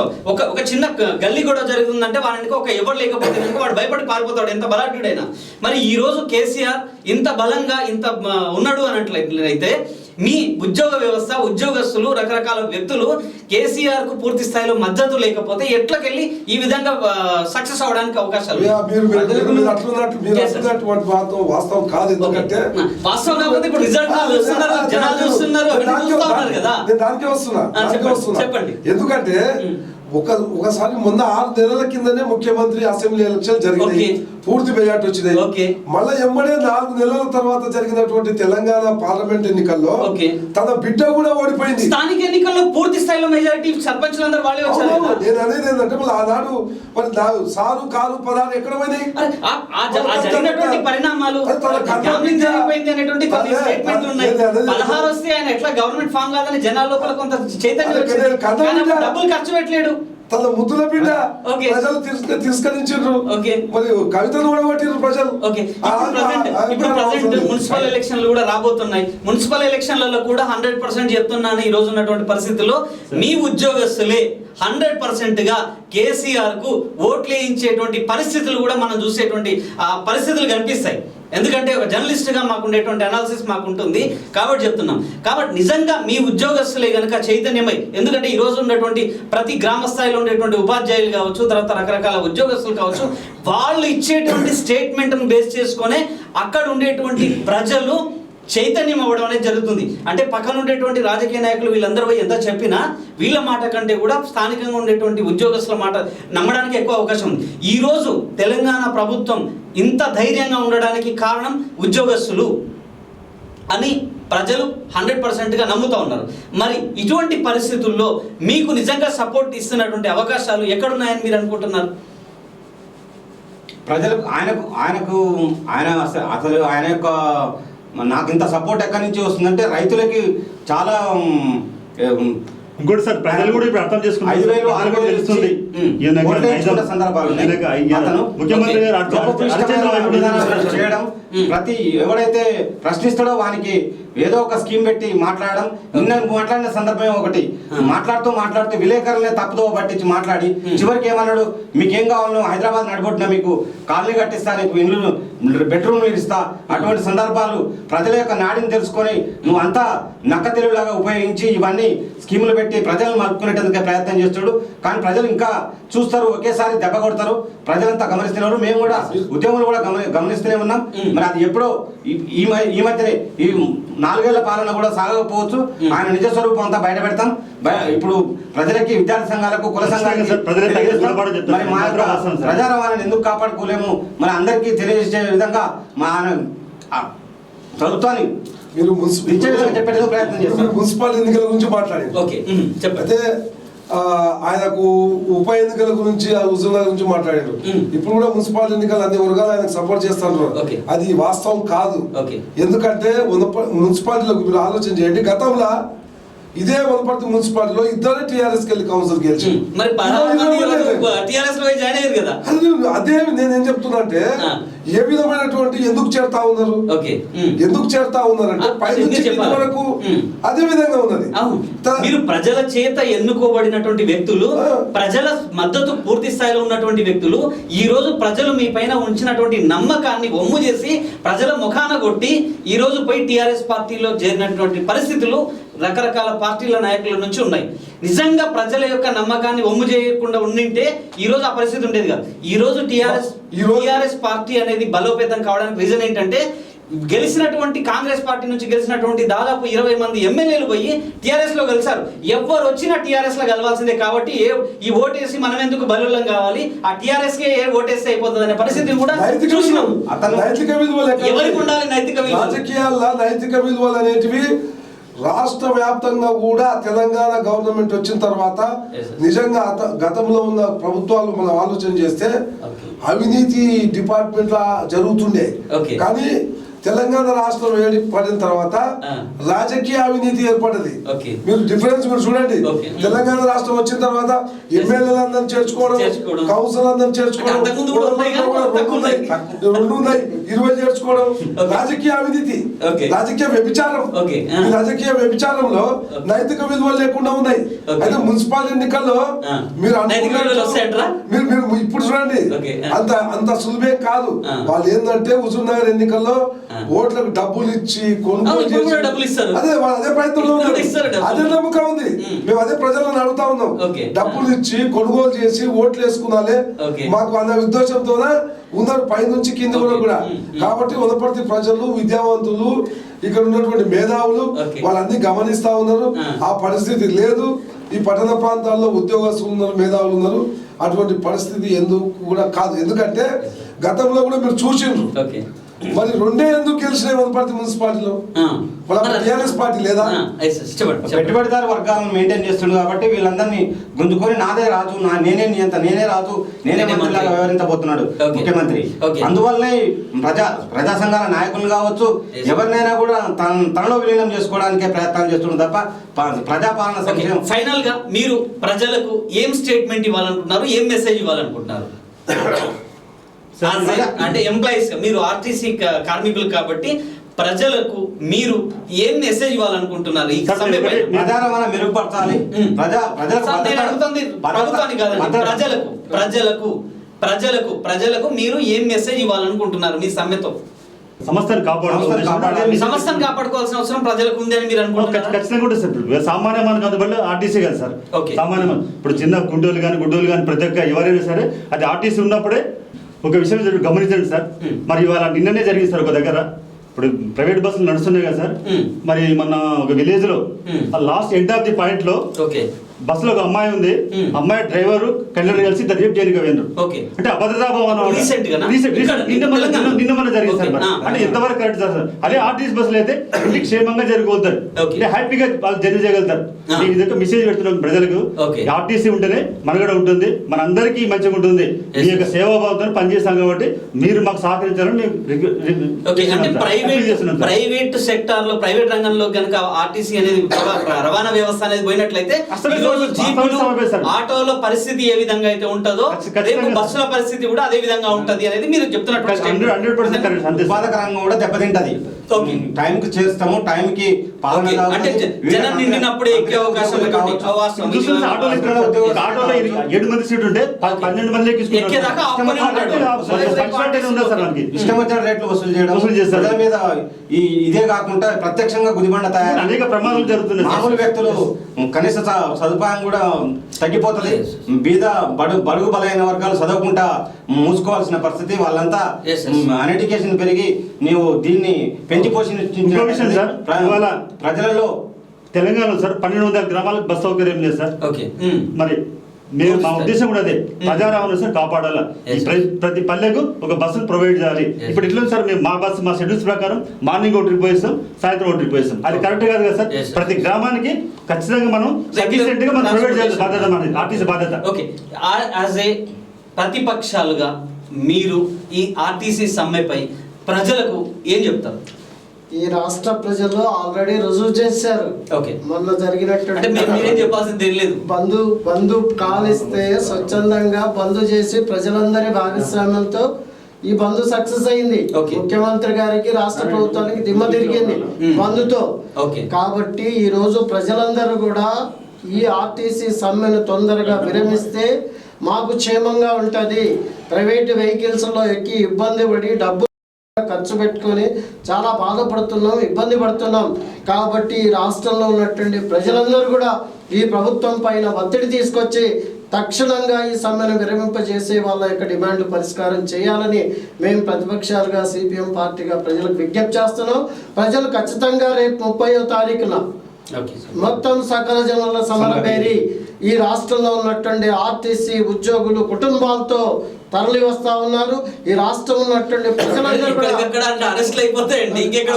అరెస్ట్ చేస్తే ఆడనే ఆందోళన చేస్తారు.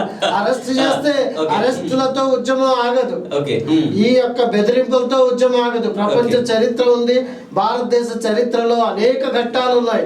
కాబట్టి ముఖ్యమంత్రి గారు 70,000 పుస్తకాలు 80,000 పుస్తకాలు చదివిన అంటున్నాడు. మరి ఇదేనా చదివింది? ఒక మానవ జీవితకాలం 35,000 అండి. మన చరిత్రలో గోబెల్స్ అనేటువంటి వాడు ఉండేవాడు. వాడు రోజు అబద్ధాలు చెప్పి 100 అబద్ధాలు చెప్తే నిజమైతుంది. ఈయన కూడా అట్లా నమ్మించడానికి ప్రయత్నం చేస్తున్నాడు. గతంలో నమ్మించాడు, కానీ ఈ రోజు నమ్మించే అవకాశం లేదు.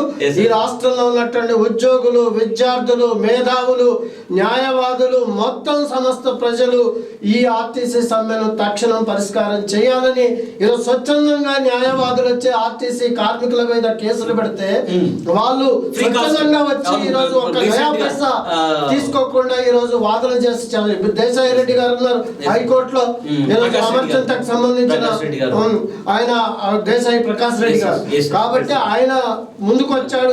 ఈ వనపర్తిలో కొంతమంది భావాలు కలిగినట్టు అభ్యుదయ భావాలు కలిగినటువంటి ఈ ఉద్యమాల పట్ల ప్రేమ అనురాగం ఉన్నటువంటి న్యాయవాదులు వాళ్ళ ఫ్రీ ఆఫ్ కాస్ట్ తో వాళ్ళ కేసులు వాదన చేస్తున్నారు. కాబట్టి అందరి యొక్క మద్దతు ఈ ఉద్యమానికి ఉంది. గతంలో ఎప్పుడూ లేదు. గతంలో ఒక యూనియన్ సపరేట్ పిలిపిస్తే ఇంకో యూనియన్ డ్యూటీలు చేశారు. ఈ రోజు ఆ పరిస్థితి లేదు. ఈ రాష్ట్రంలో ఉన్నటువంటి ఆర్టీసీ రవాణా సంస్థలో ఉన్నటువంటి మొత్తం సంఘాలు, ఉద్యోగస్తులు, సూపర్వైజర్ తవా వాళ్ళందరూ కూడా ఈ సమ్మెకు మద్దతు ఇస్తున్నారు. ఈ సమ్మె వల్ల ప్రజలకు కొంత అసౌకర్యం కలగొచ్చు, అయినప్పటికీ ప్రభుత్వం తక్షణం ప్రజల కోసమే జరుగుతుంది ఈ అసౌకర్యం కాబట్టి ప్రజా ఉద్యమం జరిగేటువంటిది ప్రజల అసౌకర్యం ఈ రోజు ప్రభుత్వం కల్పించిన అసౌకర్యం.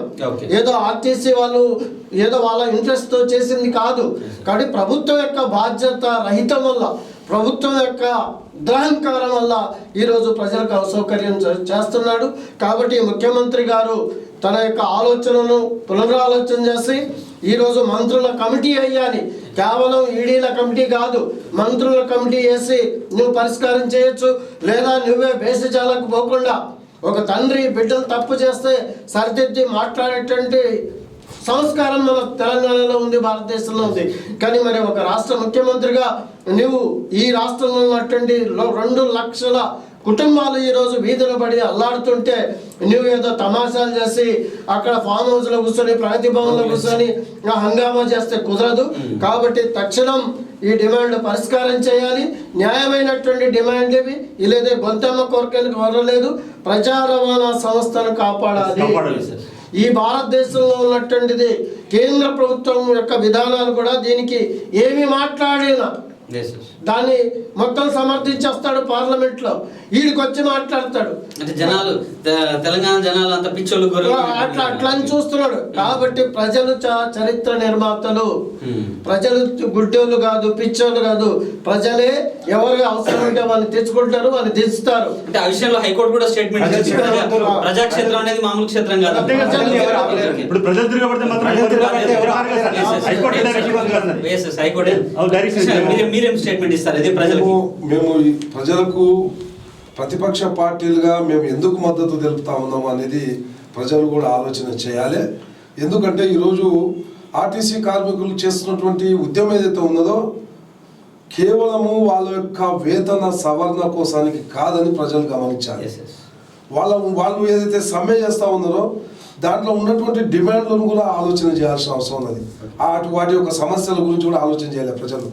ఈరోజు తెలంగాణ రాష్ట్రము వచ్చిన వెంటనే రాకముందు ప్రతి విలేజ్కి తిరిగి ఇంటికో ఉద్యోగం ఇస్తానని చెప్పిండు ముఖ్యమంత్రి. ఇంటికో ఉద్యోగం తెలంగాణ రాష్ట్రం వస్తే. ఈరోజు ఆర్టీసీ కార్మికులు చేస్తున్నది దానికోసానికి. ఈరోజు ఆర్టీసీలో కొన్ని 1000 పోస్టులు ఖాళీలు ఉన్నాయి. 20 డిమాండ్లలో ఆ ఖాళీలను భర్తీ చేయాలని అడుగుతా ఉన్నారు. భర్తీ చేయాలంటే ప్రజల యొక్క బిడ్డలు చేరరా? ఈరోజు ఒక్కొక్క ఇంట్లో నిరుద్యోగులు 5 మంది 6 మంది ఉన్నారు. యువత ఈరోజు చదువుకొని నిర్విరామం అయిపోతున్నారు. మరి ఈరోజు 1000 పోస్టులు ఆర్టీసీలో ఖాళీలో ఉన్నాయి. మరి ఖాళీల కోసం వాళ్ళు డిమాండ్ చేస్తూ ఉన్నారు, భర్తీ చేయాలని చెప్పి డిమాండ్ చేస్తూ ఉన్నారు. ఈరోజు గ్రామీణ ప్రాంతంలో ఒక వ్యక్తి ఒక బస్సు ప్రయాణం చేసి వచ్చే వరకు తెలంగాణ ఉండే బస్సులకంతా వణికిపోతున్నారు. బాడీ మొత్తం కదిలిపోతుంది. కొత్త బస్సులు ఇవ్వాలి, ప్రజలకు సౌకర్యంగా ఉండాలి అని చెప్పి వాళ్ళ యొక్క డిమాండ్. మరి ఇటువంటి ప్రజలకు ఉపయోగపడే డిమాండ్లను కూడా వాళ్ళు కొనసాగించరు. ఇది ప్రజల ఆస్తి. ఆర్టీసీ అనేది ప్రజల ఆస్తి. ఆ ఆస్తి అమ్ముకునేటట్లు నడుస్తుంది ప్రభుత్వం ఆలోచన విధానం. అటువైపు పోయింది. ఆర్టీసీ యొక్క ఆస్తులను అమ్ముకోనాలని చెప్పి దురాలోచన పుట్టింది. దాన్ని కాపాడుకోవాలని వాళ్ళు ఈరోజు సమ్మె చేస్తూ ఉన్నారు. కాబట్టి ప్రజలు ఆలోచన చేయాలి. ఈరోజు ఆలోచన చేసిండ్రు కాబట్టి సంపూర్ణ మద్దతు ఇచ్చారు. అందుకే ప్రతిపక్ష పార్టీలుగా వేతన సవరణతో పాటు ఇటువంటి ప్రజా సంబంధించినటువంటి కార్యక్రమాలు ఉన్నందుకే ఈరోజు పూర్తిగా మేము ఆర్టీసీ కార్మికుల యొక్క సంపూర్ణ మద్దతు తెలియజేస్తా ఉన్నాం. సార్ ఒకటే సార్, ఇప్పుడు మాకు జీతాలు ముఖ్యం కదా సార్, ఆర్టీసీని కాపాడుకోవాలని ఉద్దేశమే మేము ఈ రంగంలో దిగినాం సార్. మెయిన్ కాన్సెప్ట్ ఇంకోటి సార్, 14 నెలల నుంచి జీతాలు కూడా సరిగా రావడం లేదు సార్. దాదాపు నెలకు వచ్చేసి 105 కోట్ల రూపాయలు జీతాలు ఇవ్వాలి సార్. అయితే 65 కోట్ల రూపాయలు మాత్రమే మా ఆర్టీసీ సంస్థలో ఉంటుండే. మిగతా 65 కోట్ల రూపాయలకు మా అశ్వత్థామ రెడ్డి గారు ప్రతి నెల సెక్రటరీకి పోవాలా, రిక్వెస్ట్ చేయాలి, తీసుకురావాలి, జీతాలు ఇవ్వాలి. అయితే 5 తారీఖు 6 తారీఖు 8 తారీఖు వరకు జరుగుతుంది. అంటే దీని ఉద్దేశం ఏంటంటే ఒక ప్రైవేట్ సెక్టర్ మా బాధ ఏమైందంటే తెలంగాణ రాష్ట్రం వస్తే ప్రజలందరి భవిష్యత్తు బాగుంటది, కార్మిక సంఘాల భవిష్యత్తు బాగుంటుంది, తెలంగాణ తెచ్చుకుందాం. కానీ ఈ రోజు ఉద్యోగం కోసానికి సిగరెట్ చుట్టూ తిరగాల్సిన పరిస్థితి. గతంలో సమైక్య ఆంధ్రప్రదేశ్ లో ఆంధ్ర వాళ్ళు పరిపాలించారు, కానీ నెల నెలకు జీతం ఇచ్చేది. జీతాల కోసం సిగరెట్ తిరగాల్సి వచ్చింది.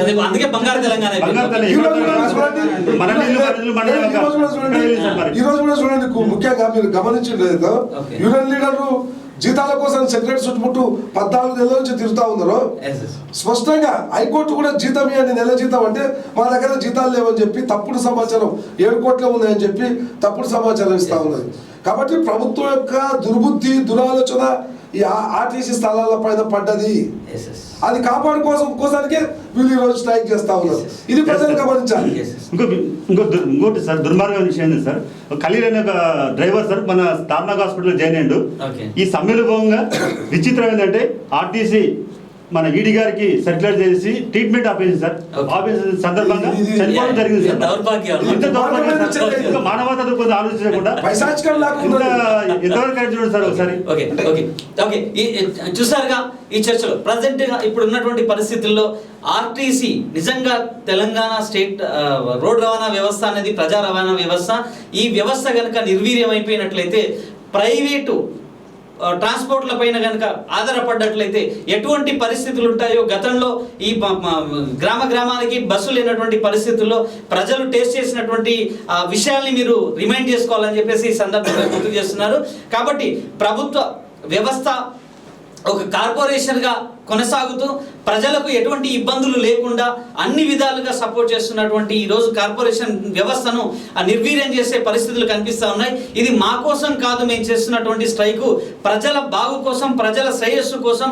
అలాగే ఈ వ్యవస్థ ప్రభుత్వ అయితే కార్పొరేషన్ ఆస్తులు ఉన్నాయో ఈ ఆస్తుల్ని కూడా ఈ ప్రభుత్వం కబ్జా చేసి పూర్తి స్థాయిలో వారికి సంబంధించినటువంటి కంపెనీలకు ముట్ట చెప్పడం కోసం ఈ ప్రయత్నం చేస్తున్నారు అని చెప్పేసి కూడా ఈ చర్చలో చెప్పడం జరిగింది. కావున ఇటువంటి వ్యవస్థను కాపాడుకోవాల్సినటువంటి బాధ్యత ఎంతైనా కూడా ప్రజలపైన కూడా ఉంది అని చెప్పేసి ఈ సందర్భంగా ప్రతిపక్షాలు, తర్వాత కార్మికులు వీళ్ళందరూ కూడా చెప్తా ఉన్నారు. కావున ఈ ప్రజా సంఘాల మద్దతుతో పాటు తోటి ఉద్యోగుల సపోర్ట్ కూడా ఉన్నట్లయితే 100% మేము అనుకున్నది సాధిస్తాము అని చెప్పేసి కూడా ఈ సందర్భంగా వాళ్ళు చెప్పడం జరుగుతుంది.